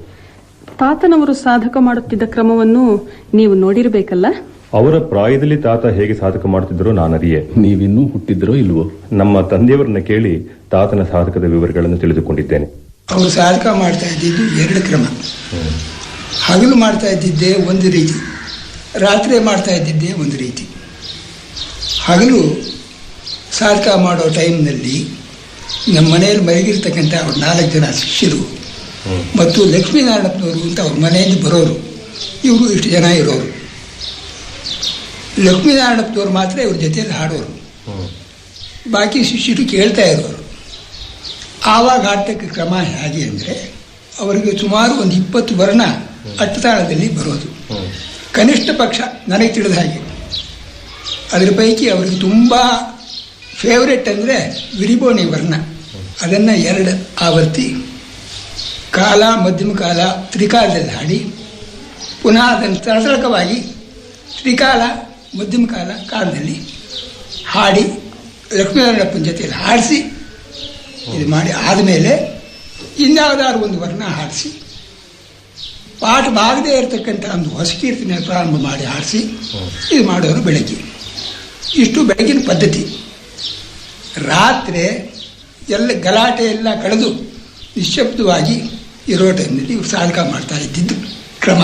ಹಾಗೆಯೇ ಕೆಲವು ರಸಿಕರು ಇವರಿಗೆ ಬೇಕಾದವರು, ಇವರಿಗಿಂತಲೂ ವಯಸ್ಸಾದವರು ಬರೋರು. ಅವರು ಗರ್ಗೇಶ್ವರಿ ನರಸಿಂಹಶಾಸ್ತ್ರಿಗಳು ಅಂತ ಒಬ್ಬರು, ನಮ್ಮ ತಂದೆಯವರಿಗಿಂತಲೂ ಹೆಚ್ಚು ವಯಸ್ಸಿನ ವಿದ್ವಾಂಸ ಸಂಗೀತವೆಲ್ಲ ಕೇಳಿದವರವರು. ಮುಮ್ಮಡಿ ಕೃಷ್ಣರಾಜ ಒಡೆಯರ್ ಕಾಲದಿಂದಲೂ ಕೇಳಿದವರವರು. ಸದ್ಧರ್ಮ ಪಂಡಿತರು ಅಂತ ಒಬ್ಬರು ಜೈನರು ಬರೋರು. ಅರಮನೆ ರಾಮಕೃಷ್ಣಪ್ಪನವರ ಅಳಿಯಂದರು ಶ್ರೀನಿವಾಸ ಮೂರ್ತಿಗಳು, ಇವರೆಲ್ಲ ತುಂಬ ಸಂಗೀತ ಪ್ರೇಮಿಗಳು ಬರೋರು. ಆಗ ಪ್ರಾರಂಭ ಮಾಡಿದ್ರೆ ಇವರಿಗೆ ರಾಗ ಹಾಡೋದ್ರಲ್ಲಿ ಹೆಚ್ಚು ವಿಶ್ವಾಸ. ಯಾಕೆ ಅಂದರೆ ಅದರಲ್ಲಿ ಶ್ರುತಿ ಸೇರೋ ಹಾಗೆ ಬಾಕಿದ್ರಲ್ಲಿ ಸೇರೋಕ್ಕಾಗೋದಿಲ್ಲ ಅಂತ ಇವರ ಮನಸ್ಸಿನಲ್ಲಿ ಒಂದು ಖಚಿತವಾದ ನಂಬಿಕೆ. ಹಾಗೇ ಹಾಡೋರು, ರಾಗ ಹಾಡೋದೇ ವಿಶೇಷವಾಗಿ ಇಟ್ಕೊಂಡಿರೋರು. ರಾತ್ರಿ ಒಂದು ರಾಗ ವಿಸ್ತಾರವಾಗಿ ಹಾಡಿ, ಅದರಲ್ಲಿ ಒಂದು ಪಲ್ವಿ ಹಾಡಿ, ಅದರಲ್ಲಿ ನೆರವಲು ಮಾಡಿ ಹೀಗೆಲ್ಲ ಮಾಡ್ತಾಯಿದ್ರು. ಸ್ವರ ಹೆಚ್ಚಾಗಿ ಆಗ್ತಾ ಇರಲಿಲ್ಲ.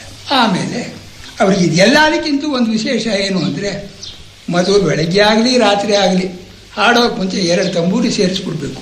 ಶ್ರುತಿ ಮಾಡಿಬಿಟ್ಟು ಶುದ್ಧವಾಗಿ ಅದನ್ನು ಕೇಳ್ತಾ ಕೂತ್ಕೊಂಡ್ಬಿಡ್ಬೇಕು. ಇವ್ರು ಕಣ್ಣು ಮುಚ್ಕೊಂಡ್ಬಿಟ್ಟು ಎದುರಿಗೆ ಯಾರಿದ್ದಾರೆ ಮಾಡಿದ್ದಾರೆ ಅದು ಕೂಡ ಇವರಿಗೆ ಜ್ಞಾನವೇ ಇರ್ತಾ ಇರಲಿಲ್ಲ. ಕಣ್ಣು ಮುಚ್ಕೊಂಡು ಕೂತ್ಕೊಂಡ್ಬಿಟ್ಟು ಆ ನಾಸಂಧಾನ ಮಾಡಿಕೊಂಡು ಆಮೇಲೆ ಹಾಡೋಕೆ ಪ್ರಾರಂಭ ಮಾಡೋರು. ಇವರು ರಾತ್ರಿ ಹೊತ್ತು ಮಲ್ಕೊಳ್ಳೋ ಕಾಲದಲ್ಲಿ ಮುಖ ಮೇಲೆ ಮಾಡ್ಕೊಂಡು ಮಲ್ಕೊಳ್ಳೋ ಪದ್ಧತಿ ಅವರು. 2 ಕೈನೂ ಎದೆ ಮೇಲೆ ಇಟ್ಕೊಂಡು ಮಲ್ಕೊಳ್ಳೋರು. ಮಲ್ಕೊಂಡು ಆ ಬೆರಳುಗಳು ತಾಳಗಳು ಲೆಕ್ಕ ಮಾಡ್ತಾನೇ ಇರೋದು ಇವರಿಗೆ. ಒಟ್ಟಿನಲ್ಲಿ ಏನು ಅಂದರೆ ಹಗಲಾಗಲಿ ರಾತ್ರಿ ಆಗಲಿ ಇವರು ಏನೇ ಮಾಡ್ತಾ ಇರಲಿ ಸಂಗೀತದ ವಿನ ಇವರಿಗೆ ಬೇರೆ ಯಾವ ವಿಧವಾದ ಯೋಚನೆಯೂ ಇರಲಿಲ್ಲ. ತಮ್ಮ ಇಳಿ ವಯಸ್ಸಿನಲ್ಲೂ ತಾತ ಪ್ರಾರಂಭ ದೆಸೆಯ ವಿದ್ಯಾರ್ಥಿಗಳಂತೆ ಬೆಳಗಿನ ಜಾವವೆದ್ದು ತಂಬೂರಿನ ಶುದ್ಧವಾಗಿ ಶ್ರುತಿ ಮಾಡಿ ಅಟ್ಟತಾಳದ ವರ್ಣಗಳನ್ನು 3 ಕಾಲಗಳಲ್ಲಿ ಹಾಡಿಕೊಳ್ತಿದ್ದನ್ನು ನಾನು ಬಲ್ಲೆ. ಏಕ್ ತಾತ ವೃಥಾ ಆಯಾಸ ಮಾಡ್ಕೊಳ್ತೀರಿ, ಯಾವ ಕಚೇರಿಯಲ್ಲಿ ಹಾಡಬೇಕಾಗಿದೆ ಈಗ, ಯಾರನ್ನು ನೀವು ಮೆಚ್ಚಿಸಬೇಕಾಗಿದೆ ಈಗ ಅಂತ ಕೇಳಿದ್ರೆ, ಹಾಗಲ್ಲ ಕಿಟ್ಟಣ್ಣ, 1 ದಿವಸ ಸಾಧಕ ಬಿಟ್ರು ಸಾಕು, ನಾವೆಲ್ಲೋ ಶ್ರುತಿಯಲ್ಲೋ ತಾಳ ಎಲ್ಲೋ ಅನ್ನುವಾಗುತ್ತೆ ಎನ್ನುತ್ತಿದ್ರು. ತಾವು ಇಂತಹ ಸಾಧನೆಯನ್ನೇ ಮಾಡದುದರಿಂದ ಅವರ ಸಂಗೀತವಾದರೂ ಅದು ಎಷ್ಟು ಪರಿಷ್ಕಾರವಾಗಿದ್ದಿರಬೇಕು, ಅವರ ಕಚೇರಿ ಎಷ್ಟು ವೈಶಿಷ್ಟ್ಯಪೂರ್ಣವಾಗಿದ್ದಿರಬೇಕು. ತಾತನ ಸಂಗಡ 100 ಸಲ ಪಕ್ವಾದ್ಯ ನುಡಿತಿರುವ ಮೈಸೂರು ಚೌಡಯ್ಯನವರು ತಾತನ ಕಚೇರಿಯ ವೈಶಿಷ್ಟ್ಯವನ್ನ ಕುರಿತು, ಸುಮಾರು ನನ್ನ ಜ್ಞಾಪಕ ಇರುವ ಹಾಗೆ ನಂಜನಗೂಡು ಗಿರಿಜಾ ಕಲ್ಯಾಣದಲ್ಲಿ ನಂಜುಂಡೇಶ್ವರ ಸನ್ನಿಧಿಲಿ ಮೊದಲು ಕಚೇರಿ ಬಾರಿಸ್ತೆ ಅನ್ನೋ ಜ್ಞಾಪಕ ಇದೆ ಸ್ವಾಮಿ. ಆವತ್ತೇ ಮೊದಲು ನುಡಿಸಿದ್ದು 1926ನೇ ಇಸ್ವಿ. ಅವ್ರ ಕಚೇರಿ ಇದ್ರೆ ನಾನು ತಪ್ಪಿಸ್ಕೊಳ್ತಾ ಇರ್ಲಿಲ್ಲ. ಕಾರಣ ಏನ್ ಗೊತ್ತೇನೋ, ನಮಗ್ ಪಾಠವಾಗೋ ಸ್ವಾಮಿ, ನಮಗೆ ಸಂಗೀತ ತಿಳಿಯೋದು, ವಿಷಿ ಗ್ರಹಣಕ್ಕೋಸ್ಕರ ನಾನು ಅವ್ರ ಕಚೇರಿ ಒಪ್ಕೊಳ್ತಾ ಇದ್ದೆ. ಬಹಳ ಕಷ್ಟ ಅವ್ರ ಕಚೇರಿ ಪಕ್ವಾದ್ಯ ಬಾರಿಸೋದು. ಅವ್ರ ಮನೋಧರ್ಮ ಸಂಗೀತ ಅದು. ಹಾಡುವಾಗ ಯಾವ ಕಾಲ ಪ್ರಮಾಣ ಕೊನೆಯವರೆಗೂ ಒಂದೇ ಸಮ ನಿಲ್ಲುತ್ತೋ ಅದು ತಾಳ, ಅದು ಅವ್ರಿಗಿತ್ತು. ಒಂದು ರಾಗ, ಒಂದು ಕೀರ್ತನೆ, ಒಂದು ನೆರವಲು, ಒಂದಷ್ಟು ಸ್ವರ ಹಾಡೋ ಹೊತ್ತಿಗೆ ಸಾಮಾನ್ಯವಾಗಿ 3 ಗಂಟೆ ಹೊತ್ತು ಹಾಡ್ಬಿಡೋರು ಅವರು. ನೋಡಿ, 3-5 ಹೊಡೆಯೋದು ಇವಾಗ ಸಾಮಾನ್ಯ. ಹೊಡ್ತಾ ನೆರವಲು ಮಾಡುವಾಗ 3ಕ್ಕೆ 5ಕ್ಕೆ ವಿಭಾಗ ಮಾಡ್ಕೊಂಡು ಹೊಡ್ಕೊಂಡು ಬರೋದು ಸಾಮಾನ್ಯವಾಗಿ ಹಾಡ್ತಾರೆ. ಕೆಲವರು ಎಡುಪಿನಿಂದ ಎಡುಪಿಗೆ ಬರೋದನ್ನ ಸಾಮಾನ್ಯವಾಗಿ ಹಾಡ್ತಾರೆ. ಆದ್ರೆ ಅವರು ಹಾಗೆ ಮಾಡ್ತಾ ಇರ್ಲಿಲ್ಲ. 3-5 ಮಾಡೋರು, 1-7 ಮಾಡೋರು, 6-2 ಮಾಡೋರು, ಹೊಡ್ತಾ ಬಿರೋದು, 4-5 ಬಂದ್ ಮಾಡ್ಬಿರೋದು. ಆವಾಗ ಏನ್ ಮಾಡೋದು, ಇದಂತೂ 8 ಅಕ್ಷರ 4 ಅಕ್ಷರ, ಇದ್ರೊಳಗೆ ಒಂದೊಂದು ಲಘು ಒಂದೊಂದು ಧೃತದಲ್ಲಿ ಇದನ್ನ ಅಳವಡಿಸ್ಕೋಬಹುದು. ಆ 9 ಬರುವಾಗ ಏನ್ ಮಾಡ್ಬೇಕು, ನಮಗೆ ಗಂಟ್ಲು ಇಟ್ಕೊಳ್ಳೋದು. 2-3 ಮದುವೆಗಾರ ಕೀರ್ತನೆ ಹಾಡ್ತಾ ಇದ್ರು. ದೊಡ್ಡದಾಗಿ ರಾಗ ಹಾಡಿ ಅದಕ್ಕೊಂದು ಕೀರ್ತನೆ ಹಾಡೋರು, ಆಮೇಲೆ ರಾಗ ಹಾಡಿ ತಹನ ಹಾಡೋರು. ತಹನ ಅಂದ್ರೆ ಅಪ್ಪ ನಾನೇನು ಹೇಳಿ, ಇವಾಗ ಯಾರಪ್ಪ ಹಾಗಾಡ್ತಾರೆ? ತಾರ ಹಾಡೋಕ್ ಹುಟ್ಟಿದ್ದವರು ಅವರು. ಅವ್ರ ತಾರ ನೋಡಿ ಎಷ್ಟೋ ಜನ ವೀಣೆಯವ್ರು ಕಲ್ತ್ಕೊಂಡಿದ್ದಾರೆ. ಕಾರಣ ಏನು ಅಂದ್ರೆ, ಪಟ್ನ ಸುಬ್ರಹ್ಮಣ್ಯನವರ ತಾನ ಅಂದ್ರೆ ಇವತ್ತು ಪ್ರಸಿದ್ಧಿ. ಆ ಪೀಳಿಗೆಯವರು ಇವರು. ಒಂದು ದಿವಸ ಏನಾಯ್ತು, ಶೇಷಣ್ಣವ್ರ ಮನೆಯಲ್ಲಿ ಶೇಷಣ್ಣವರು, ಸುಬ್ಬಣ್ಣವರು, ಬಿಡಾರು ಕೃಷ್ಣಪ್ಪನವರು, ಅನಂತರಾವ್ ಭಾಗವತರು, ಮುತ್ತುಸ್ವಾಮಿ ಮೃದಂಗ, ನಾನು, ಚಿಕ್ಕರಾಮು, ರಾಚಪ್ಪ, ಇಷ್ಟು ಜನ ಸೇರಿದ್ದೀವಿ. ಯಾವುದೋ ಉತ್ಸವ, ಕೃಷ್ಣೋತ್ಸವ ಅಂತ ಕಾಣುತ್ತೆ. ಇವರು ಆಚಾರ್ಯ ಸ್ವಾಮಿಗಳು ಅಲ್ಲಿ ದಯ ಮಾಡಿಸಿದ್ರು. ಕೂತ್ಕೊಂಡು 1-2 ಕೀರ್ತನೆ ಯಾವ್ದು ಹಾಡಿಬಿಟ್ಟು ಶಂಕರಾಭರಣ ರಾಗ ಹಾಡಿದ್ರು ಸ್ವಾಮಿ. ಇನ್ನ ನಿಶ್ಚಯಗಳ ಗಾಂಧಾರ ಇವತ್ತಿನವ್ರಿಗೆ ಯಾರು ಹಿಡಿದಿಲ್ಲ. ಫಸ್ಟ್ ಕ್ಲಾಸ್ ಆಗಿ 3 ಕಾಲ ತಾನ ಹಾಡಿದ್ರು ಸ್ವಾಮಿ. ಕಾಲ ಮಧ್ಯಗಾತ್ರಿ ಕಾಲ ತಾನ ಹಾಡಿದ್ರು ಸ್ವಾಮಿ. ಸಾಮಾನ್ಯ ಕೀರ್ತನೆ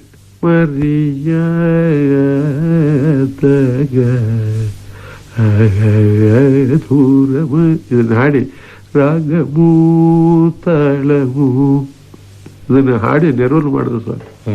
ನಾ ಹೇಳದ್ನಲ್ಲ, ಈ ತರ ಹೊಡ್ತ ಅನೇಕರು ಕೈನ ಒಳಗೆ ಮುಚ್ಕೊಂಡು ತಾಳ ಆಗ್ತಾ ಇದ್ದಾರೆ ಸ್ವಾಮಿ. ಒಬ್ರಿಗೂ ತಾಳ ನಿಂತಿಲ್ಲ. ಬೇಕಾದ್ರೆ ಸತ್ಯ ಮಾಡಿ ಹೇಳ್ತೀನಿ.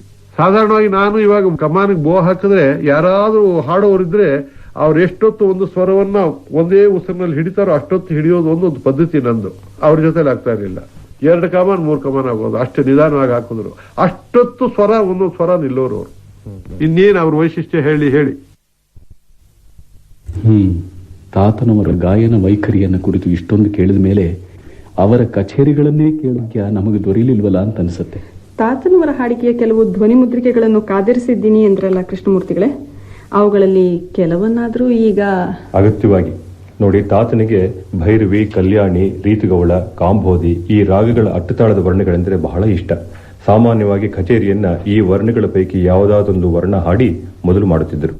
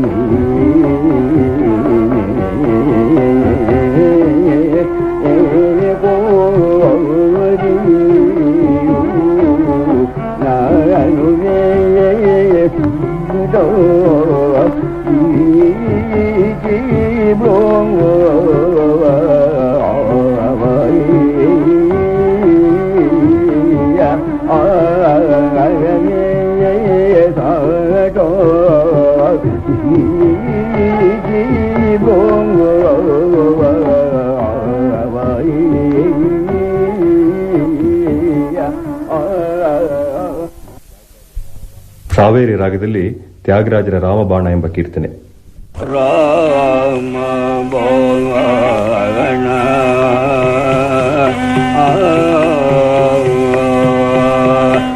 ಶ್ರೀರಾಮ ಬಾಣ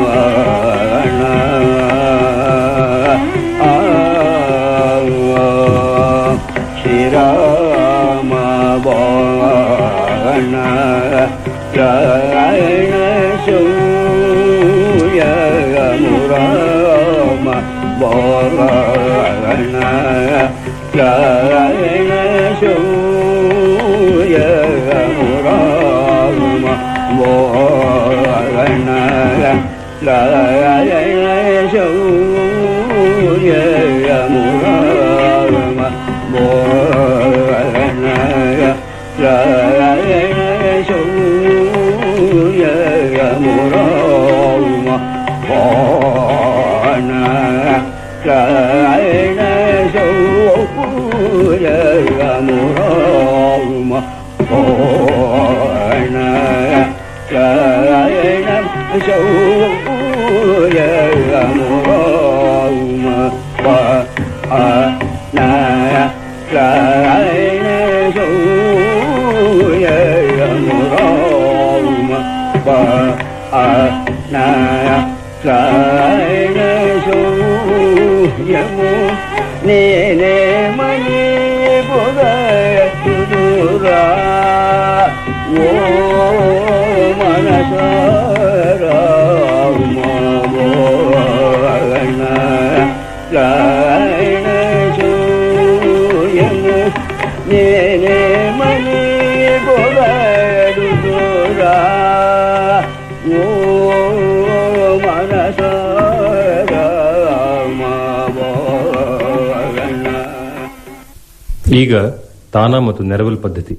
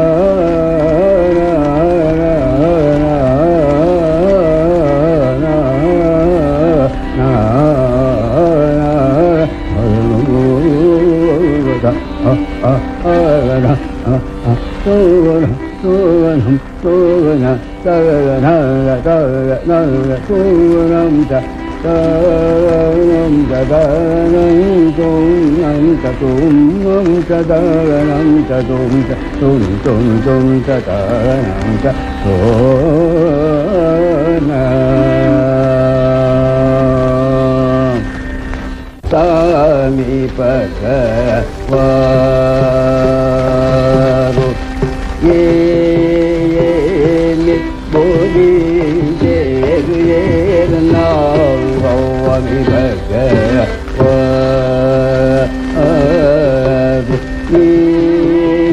ಏಮಿ ಬೋಲಿ ಜೇರು ಏರು ನಾವು ಅವಿಭಗ ಆರು ಏಮಿ ಬೋಲಿ ಜೇರು ಏರು ನಾವು ಅವಿಭಗ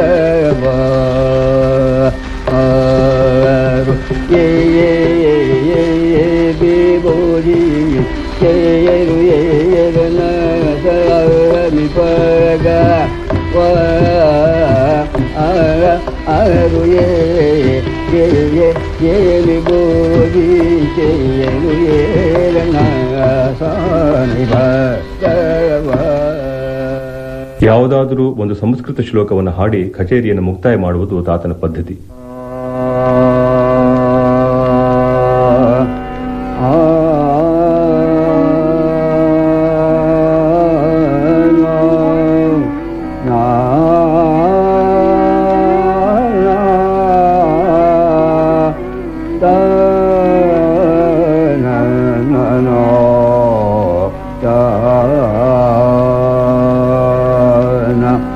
ಐ ಮುರಳಿ ಐ ಮುರಳಿ ಐ ಮುರಳಿ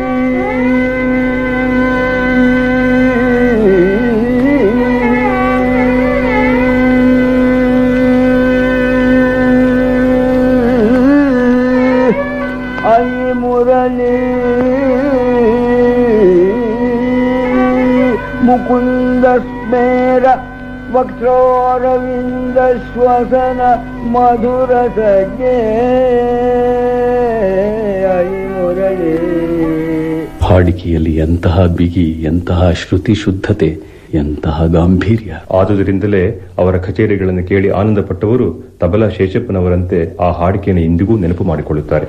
ಅವರ ನೆರವಲ್ ಕ್ರಮ ಇವತ್ತಿನವರೆಗೆ ಬೇರೆ ಯಾರೆಲ್ಲೂ ನಾನು ಕಂಡಿಲ್ಲ. ಕಷ್ಟಪಟ್ಟು ಗುಣಾಕಾರ ಭಾಗಾಹಾರ ಮಾಡಿ ತಾಳದ ಕೆಲಸ ಮಾಡ್ತಾ ಇರಲಿಲ್ಲ. ಅವರು ಹಾಡ್ತಾ ಇದ್ರೆ ಲೆಕ್ಕಾಚಾರ ತನ್ನಷ್ಟಕ್ಕೆ ತಾನೇ ಸೇರ್ಕೊಳ್ತಾ ಈ ಚತುರಶ್ರ, ತ್ರಿಶ್ರ, ಮಿಶ್ರ, ಖಂಡ ಸಂಕೀರ್ಣ ಎಲ್ಲಾ ನೆಡೆಗಳು ಬೆಲ್ದಚ್ಚಿನಂತೆ ಖಚಿತವಾಗಿ ಸೇರ್ಕೊಂಡು ಬರೋವು. ಅಕ್ಷರ ಸ್ಥಾನಗಳು ಎಳ್ಳಷ್ಟು ಬದಲಾಯಿಸ್ತಾ ಇರಲಿಲ್ಲ. ತಾಳದ ಕೆಲಸ ಮಾಡುವಾಗಲೂ ರಾಗ ಭಾವಕ್ಕೆ, ಸಾಹಿತ್ಯದ ಅರ್ಥಕ್ಕೆ ಸ್ವಲ್ಪವೂ ಕುಂದು ಬರ್ತಿರ್ಲಿಲ್ಲ. ಅಣ್ಣ ಕಾಳೇನವರ ಚಿತ್ರದಲ್ಲೇ ಗುರುಗಳ ಕಚೇರಿ ನಡೆಯಿತು. ಆಗ ಸುಮಾರು ರಾತ್ರಿ 9 ಗಂಟೆ ಇರಬಹುದು. ಕಚೇರಿ ಪ್ರಾರಂಭವಾದಾಗ ಶುರುವಿಂದಲೇ ಆ ದಿವಸ ಕಚೇರಿ ಜಮಾಯಿಸ್ಕೊಂಡು ಬಂದಿತ್ತು. ಮೊದಲು ಜನ ಆಹಾ ಶಹಬಾಸ್ ಅಂತ ಇದ್ರು.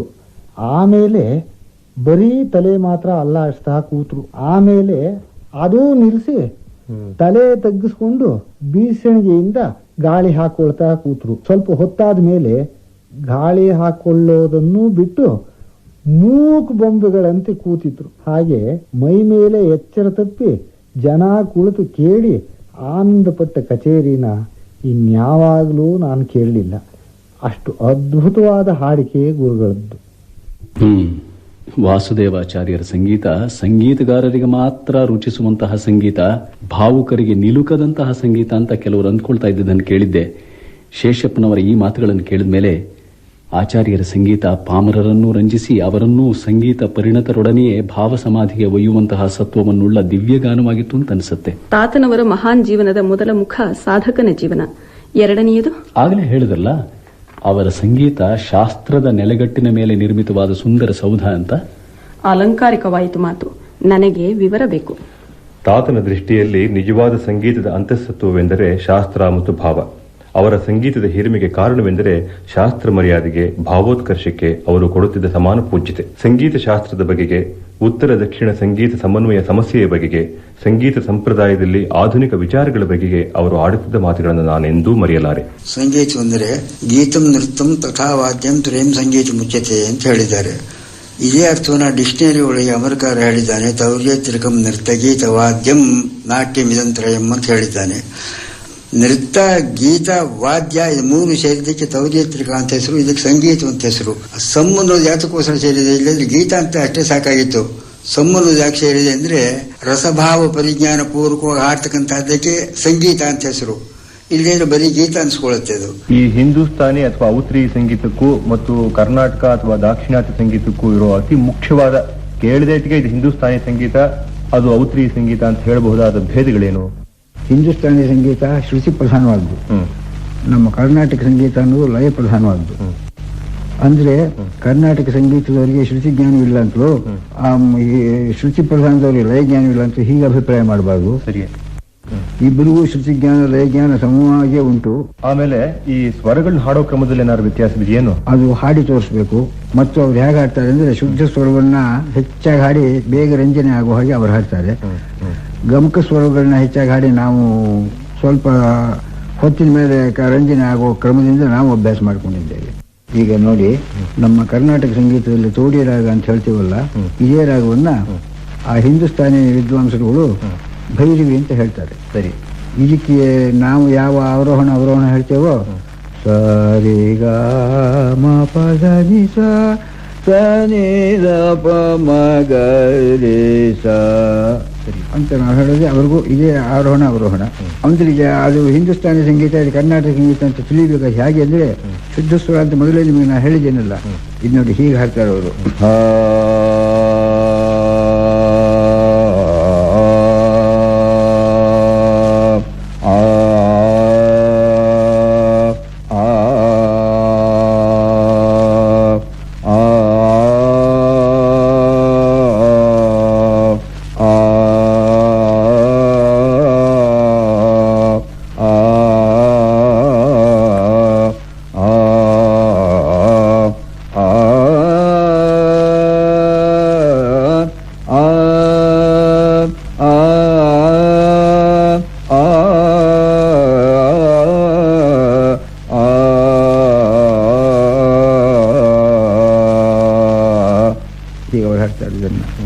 ನಾವು ತನನ್ನ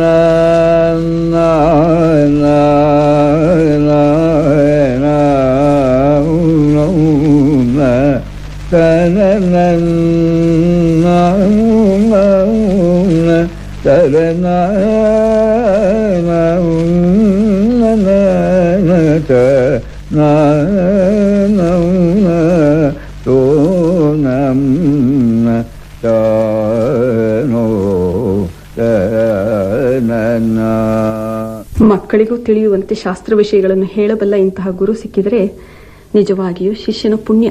ಅದೇ ಮಾತನ್ನೇ ತಾತನ ಮುಖ್ಯ ಶಿಷ್ಯರಲ್ಲಿ ಒಬ್ಬರಾದ ಚೆನ್ನಕೇಶವಯ್ಯನವರು ಅಂದು ಹೇಳಿದರು.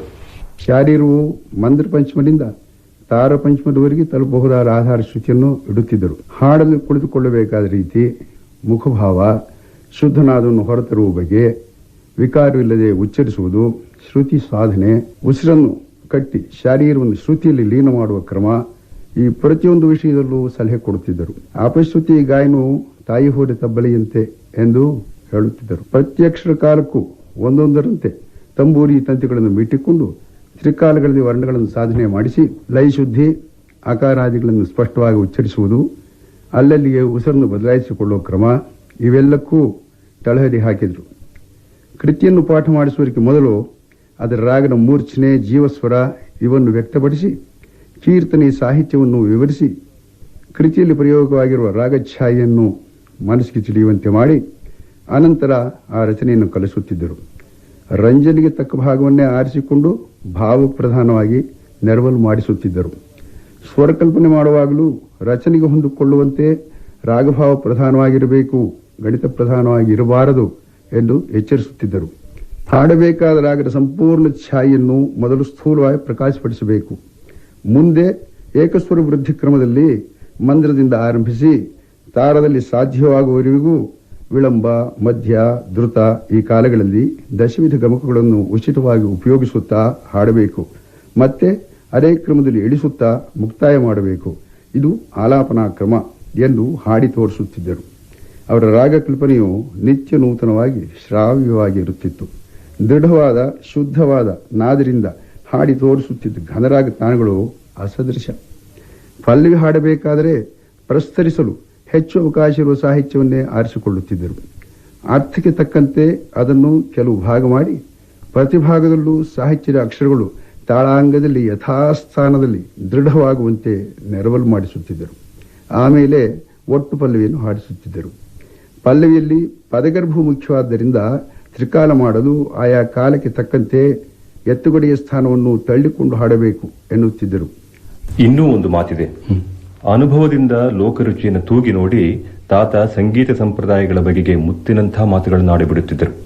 ಕೇಳಿದೊಡನೆ ಆಕರ್ಷಿಸಿ, ಭಾವಿಸಿದೊಡನೆ ಮನಸ್ಸನ್ನು ಆವರಿಸಿ ಎಚ್ಚರವನ್ನು ಕೆಣಕುವಂತಹ ಮಾತುಗಳು ಅವು.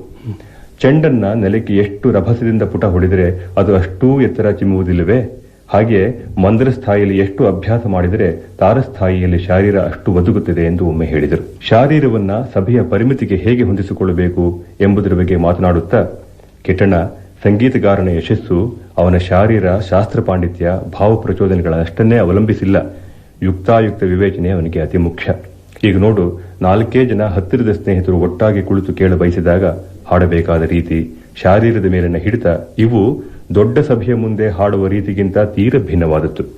ನಿನ್ನ ಮನೆಯಲ್ಲಿಯೇ ಕುಳಿತುಕೊಂಡು ನಿನ್ನ ಅಣ್ಣ ತಮ್ಮಂದಿರ ಸಂಗಡ ಮಾತನಾಡುವುದಕ್ಕೂ ದೊಡ್ಡ ಸಭೆಯಲ್ಲಿ ನಿಂತು ಭಾಷಣ ಮಾಡುವುದಕ್ಕೂ ವ್ಯತ್ಯಾಸವಿಲ್ಲವೇ? ಹಾಗೆ ಎಂತಹ ಸೊಗಸಾದ ಮಾತು. ತೇರಿಗೆ ಶೃಂಗಾರ ಮಾಡುವಂತೆ ಕೀರ್ತನೆಗೆ ಸಂಗತಿಗಳನ್ನು ಹಾಡುವಾಗ ಮೆಟ್ಟಿಲು ಮೆಟ್ಟಿಲಾಗಿ ಏರಿ ಕಳಶವನ್ನು ಮುಟ್ಟಬೇಕು. ಸಂಗತಿಗಳು ಮಿತವಾಗಿರಬೇಕು, ಹಿತವಾಗಿರಬೇಕು, ಕ್ರಮವಾಗಿರಬೇಕು. ಆಭರಣ ಸ್ತ್ರೀಯ ಸಹಜ ಸೌಂದರ್ಯವನ್ನು ಹೆಗ್ಗಿಸಬೇಕೇ ವಿನಃ ತಾನೇ ಹೊರೆಯಾಗಬಾರದು ಎನ್ನುತ್ತಿದ್ದರು. ತಾತನವರು ಹಳೆ ಕಾಲದವರಲ್ಲ. ಹಳೆಯ ಸಂಗೀತ ಸಂಪ್ರದಾಯವನ್ನು ತಮ್ಮ ಹೊಸ ಹೊಸ ವಿಚಾರಗಳಿಂದ ಪರಿಷ್ಕರಿಸಿದವರು. ಈ ಮಾತು ಕೇಳಿದರೆ ಈ ದೃಷ್ಟಿಯಿಂದ ನಿಜವಾಗಿ ಅವರು ಅತ್ಯಂತ ಆಧುನಿಕರು.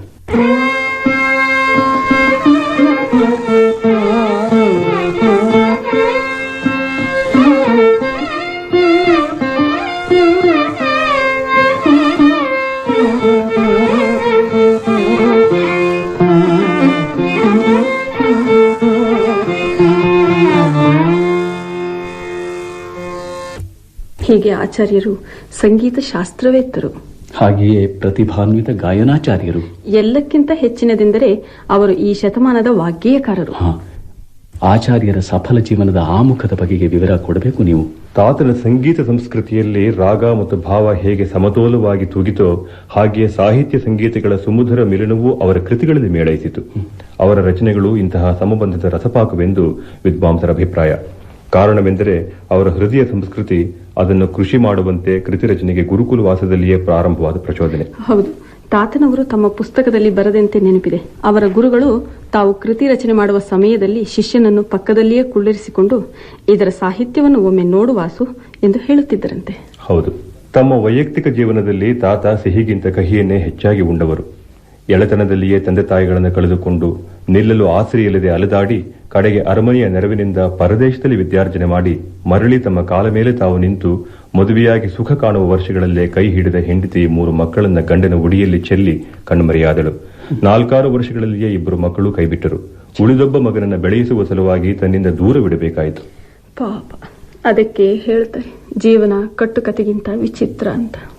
ಇನ್ನು ವೃತ್ತಿ ಜೀವನದಲ್ಲಿಯೋ ಸುತ್ತು ಮುತ್ತು ಮತ್ಸರದ ಮುಳ್ಳುಗಳು. ಸರಿ, ಇಂತಹ ವಿಷಮತೆಯ ಕಡಲನ್ನು ದಾಟಬೇಕಾದ್ರೆ ಅವರು ತಮ್ಮ ಹಾಸ್ಯ ಪ್ರವೃತ್ತಿಯ ಹರಿಗೋಲನ್ನೇ ಅವಲಂಬಿಸಬೇಕಾಯ್ತೇನೋ. ಒಂದು ದೃಷ್ಟಿಯಿಂದ ಬಾಳಿನ ವೇದನೆ ಅವರ ಹೃದಯ ಸಂಸ್ಕೃತಿಯನ್ನ, ರಸವಂತಿಕೆಯನ್ನ ಹಿಗ್ಗಿಸಿತು ಎನ್ನಬೇಕು. ಜೀವನದ ಕಟು ಅನುಭವಗಳ ಕಾರಣದಿಂದ ಬಂದ ಮಾರ್ಧವತೆಯ ಫಲದ ರೂಪವಾಗಿ ತಾತನ ಮನಸ್ಸು ಭಕ್ತಿಯೋಗದಲ್ಲಿ ಸಾಗಿತು. ನಡೆಯಂತೂ ತ್ಯಾಗರಾಜ ಪರಂಪರೆಯಲ್ಲಿ. ಈ ಎಲ್ಲ ಕಾರಣಗಳು ಮೇಳವಿಸಿ ಅವರ ರಚನೆಗಳನ್ನ ಭಕ್ತಿ ರಸದ ಬುಕ್ಕಿಗಳನ್ನಾಗಿ ಮಾಡಿತು.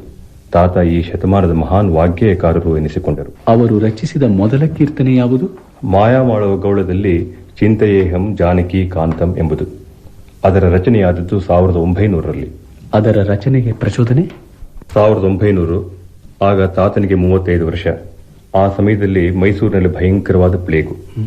ತಾತನ ಅಭಿಮಾನಿಗಳಾದ ಗೋಪಾಲರಾಜ ಇರ್ಸನವರು ಒಂದು ದಿನ ತಾತನನ್ನು ಕುರಿತು, ವಾಸು ನೋಡು, ಇವತ್ತಿದ್ದೋರು ನಾಳೆ ಇಲ್ಲ, ನಮ್ಮದು ಯಾವ ಘಳಿಗೆಯೋ ಏನೋ, ಹೋಗುವ ಮೊದಲು ನಮ್ಮ ನೆನಪಿಗಾಗಿ ಏನನ್ನಾದರೂ ಇಲ್ಲಿ ಬಿಟ್ಟು ಹೋಗಬೇಕು ವಾಸು. ನೀನು ಸಂಗೀತ ವಿದ್ವಾಂಸ, ಸಾಹಿತ್ಯ ಪಂಡಿತ, ಕೀರ್ತನೆಗಳನ್ನಾದರೂ ರಚಿಸು ಎಂದರಂತೆ. ಅದಕ್ಕೆ ತಾತ, ಅಯ್ಯೋ, ಹಿಂದಿನವರು ಮಾಡಿಟ್ಟಿರುವ ಕೀರ್ತನೆಗಳೇ ಬೇಕಾದಷ್ಟಿವೆ, ಅದನ್ನು ಉಳಿಸಿಕೊಂಡ್ರೆ ಸಾಲದೆ ಎಂದರಂತೆ. ಅದಕ್ಕೆ ಅರಸನವರು, ಹಾಗಲ್ಲ ವಾಸು, ಹಿಂದಿನವರು ಮಾಡಿದ ಆಸ್ತಿಯನ್ನೇ ನೆಚ್ಚಿಕೊಂಡು ನಾವು ಕೈಕೊಟ್ಟಿ ಕುಳಿತುಕೊಳ್ಳುವುದು ತರವಲ್ಲ. ನೀನು ಕೀರ್ತನೆಗಳನ್ನು ರಚಿಸಲೇಬೇಕು ಎಂದು ಮಾಡಿದ ಒತ್ತಾಯದ ಫಲ ಈ ಕೀರ್ತನೆ.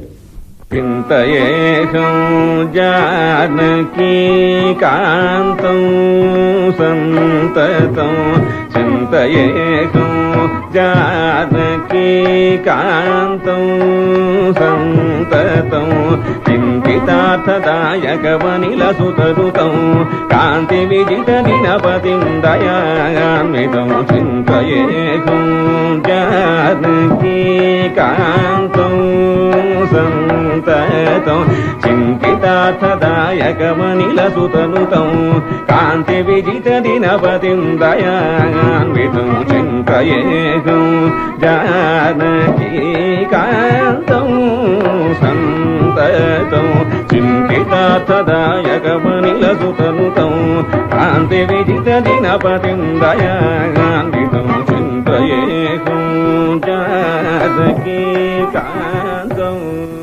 ಯಾರು ಇದನ್ನು ಹಾಡಿದವರು? ಕಲಾಕ್ಷೇತ್ರದಲ್ಲಿ ತಾತನ ಶಿಷ್ಯರಾದ ಪಶುಪತಿಯವರು. ಆಚಾರ್ಯರು ಒಟ್ಟು ಎಷ್ಟು ಕೃತಿಗಳನ್ನ ರಚಿಸಿದ್ದಾರೆ? ಸುಮಾರು 300. ಅವುಗಳಲ್ಲಿ 140 ಕೃತಿಗಳು ವಾಸುದೇವ ಕೀರ್ತನ ಮಂಜರಿ ಎಂಬ 2 ಸಂಪುಟಗಳಲ್ಲಿ ಪ್ರಕಟವಾಗಿವೆ. ಉಳಿದವು ಪ್ರಕಟವಾಗಬೇಕಾಗಿವೆ. ಕೀರ್ತನೆಗಳಲ್ಲದೆ ಅವರ ಇತರ ರಚನೆಗಳು ಇವೆಯೇನು? ವರ್ಣ, ತಿಲ್ಲಾನ, ರಾಗಮಾಲಿಕೆಗಳನ್ನು ತಾತ ರಚಿಸಿದ್ದಾರೆ. ನವರತ್ನ ರಾಗಮಾಲಿಕಾ ಎಂಬ ಸಂಕಲನದಲ್ಲಿ 9 ರಾಗಮಾಲಿಕೆಗಳು ಪ್ರಕಟವಾಗಿವೆ. ಅವರ ಕೃತಿ ರಚನೆ ಹೀಗೆ ಅವ್ಯಾಹತವಾಗಿ ಸುಮಾರು 60 ವರ್ಷ ಕಾಲ ನಡೆದಿರಬೇಕು. ಹೌದು, 1900ರಿಂದ 1956ರವರೆಗೆ. ಅವರು ರೀತಿಗೌಳದಲ್ಲಿ ರಚಿಸಿದ ಮಮ ಹೃದಯೇ ಅನ್ನೋ ಕೀರ್ತನೆಯವರೆಗೆ. ಮಮ ಹೃದಯೇ ವಿಹರದಯಾಳು ಕೃಷ್ಣ ಮಮ ಹೃದಯೇ ವಿಹರದಯಾಳು ಕೃಷ್ಣ ಮಮ ಹೃದಯೇ ವಿಹರದಯಾಳು ಕೃಷ್ಣ ಮಮ ಹೃದಯೇ ವಿಹರದಯಾಳು ಕೃಷ್ಣ ಮಮ ಹೃದಯೇ ವಿಹರದಯಾಳು ಕೃಷ್ಣ ಮಮ ಹೃದಯೇ ವಿಹರದಯಾಳು ಕೃಷ್ಣ ಮಮ ಹೃದಯೇ ವಿಹರದಯಾಳು ಕೃಷ್ಣ ಮಂದರಧರ ಗೋವಿಂದ ಮುಕುಂದ ಮಮ ಹೃದಯೇ ವಿಹರದಯಾಳು. ಅವರು ರಚಿಸಿದ ಎಲ್ಲ ಕೀರ್ತನೆಗಳು ಪ್ರಚಲಿತವಾಗಿವೆಯೇನೀಗ?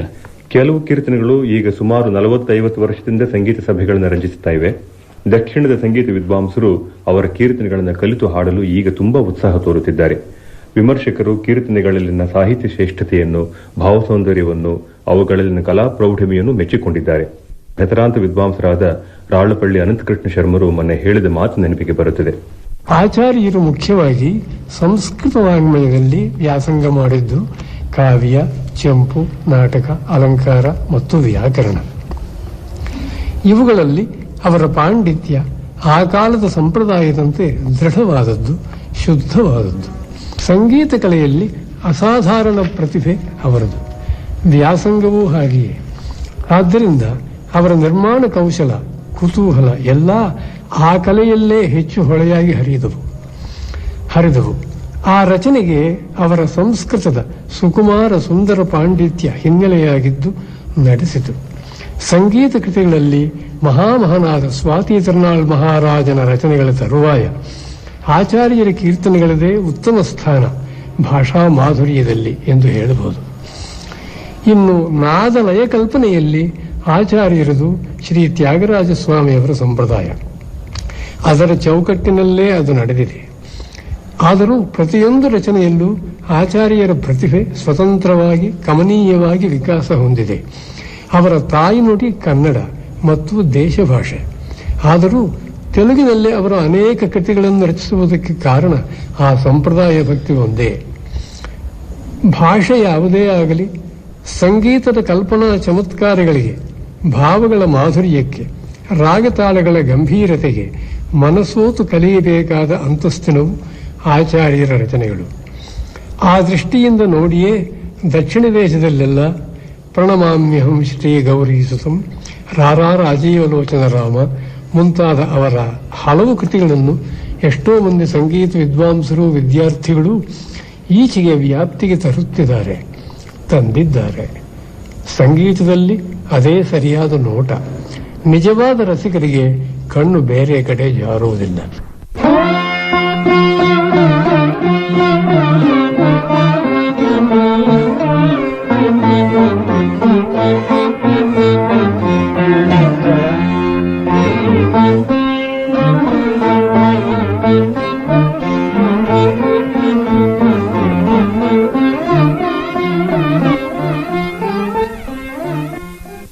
ಎಂತಹ ಸಫಲ ಜೀವನ. 1956ರಲ್ಲಿ ತಾತನವರು ತಮ್ಮ ಕಡೆಯ ಕೃತಿಯನ್ನು ರಚಿಸಿದರು ಅಂತ ಅಂದ್ರಿ ನೀವು. ಅಲ್ಲಿಂದ ಮುಂದೆ ಅವರ ತುಂಬು ಜೀವನದ ಕಡೆಯ 8-9 ವರ್ಷಗಳಲ್ಲಿ ತಾತನ ಕಾರ್ಯಕ್ಷೇತ್ರ ಮದ್ರಾಸಿನ ಕಲಾಕ್ಷೇತ್ರವಾಯಿತು. ತಾತನನ್ನ ಕಾಡಿ ಬೇಡಿ ಅವರ ಸನ್ಮಿತ್ರರಾದ ಟೈಗರ್ ವರದಾಚಾರ್ಯರು ಅವರನ್ನು ಮದ್ರಾಸಿನ ಕಲಾಕ್ಷೇತ್ರಕ್ಕೆ ಆ ಮಹಾಸಂಸ್ಥೆಯ ಉಪಾಧ್ಯಕ್ಷರಾಗಿ ಬರಮಾಡಿಕೊಂಡರು. ರುಕ್ಮಿಣಿ ದೇವಿಯವರು ಅವರನ್ನು ಮಗಳಿಗಿಂತ ಹೆಚ್ಚಾಗಿ ನೋಡಿಕೊಂಡರು. ಕಲಾಕ್ಷೇತ್ರದಲ್ಲಿ ದೊರೆತ ನೆಮ್ಮದಿಯಿಂದಾಗಿ ತಾತನಿಂದ ಮತ್ತೊಂದು ಮಹತ್ ಕಾರ್ಯ ನೆರವೇರಿ ಅವರಿಗೆ ತುಂಬಾ ತೃಪ್ತಿಯನ್ನು ತಂದುಕೊಟ್ಟಿತು. ಅಲ್ಲಿ ನನ್ನ ತಾತ ಸಂಯೋಜಿಸಿದ ಸಂಗೀತದಿಂದ ಶೋಭಿಸುತ್ತಾ ಶ್ರೀಮದ್ ರಾಮಾಯಣದ 3 ಭಾಗಗಳು ರುಕ್ಮಿಣಿ ದೇವಿಯವರ ನೇತೃತ್ವದಲ್ಲಿ ನೃತ್ಯ ನಾಟಕಗಳಾಗಿ ರಂಗದ ಮೇಲೆ ಬಂದು ರಾಷ್ಟ್ರದ ಮನವನ್ನು ಸೂರೆಗೊಂಡವು. ಹೀಗೆ ವಾಲ್ಮೀಕಿಯ ನುಡಿಸಿರಿಗೆ ಸಂಗೀತದ ಪರಿಮಳವನ್ನು ಸೂಚಿಸಿದರು ತಾತ. ಕಲಾಕ್ಷೇತ್ರದಲ್ಲಿ ವಿದ್ಯಾದಾತರಾಗಿ, ಗೌರವಾನ್ವಿತ ಗಾಯಕರಾಗಿ, ಎಲ್ಲರ ಒಲವಿನ ತಾತನೇ ಆಗಿ ಒಬ್ಬ ವ್ಯಕ್ತಿ ಒಂದು ಸಂಸ್ಥೆಯಂತೆ ಬಾಳಿದರು. ಅವರನ್ನ ನೆನೆದುಕೊಂಡು ರುಕ್ಮಿಣಿ ದೇವಿಯವರು ಆಡಿದ ಮಾತುಗಳನ್ನು ಧ್ವನಿಮುದ್ರಿಸಿಕೊಂಡಿದ್ದೇನೆ. It is one thing to be a musician and another thing to be a teacher. And Sri Vasudevachar was an ideal teacher, not only having the patience to teach, but having enthusiasm to teach. It has been an inspiring experience to see him as a teacher. Shastra or theory was taught by great masters of the past with the music, and he was a master of Shastra. So while teaching music, he would explain the theory and recite shlokas which illustrated them. In fact, to learn music from him was a complete education. When I proposed to him to compose the Ramayana for me, and after the shlokas were selected under his guidance, I was surprised to see how he composed at any time of the day or the night, being inspired by the Ramayana. His compositions were such that they helped me to compose the dances and the drama.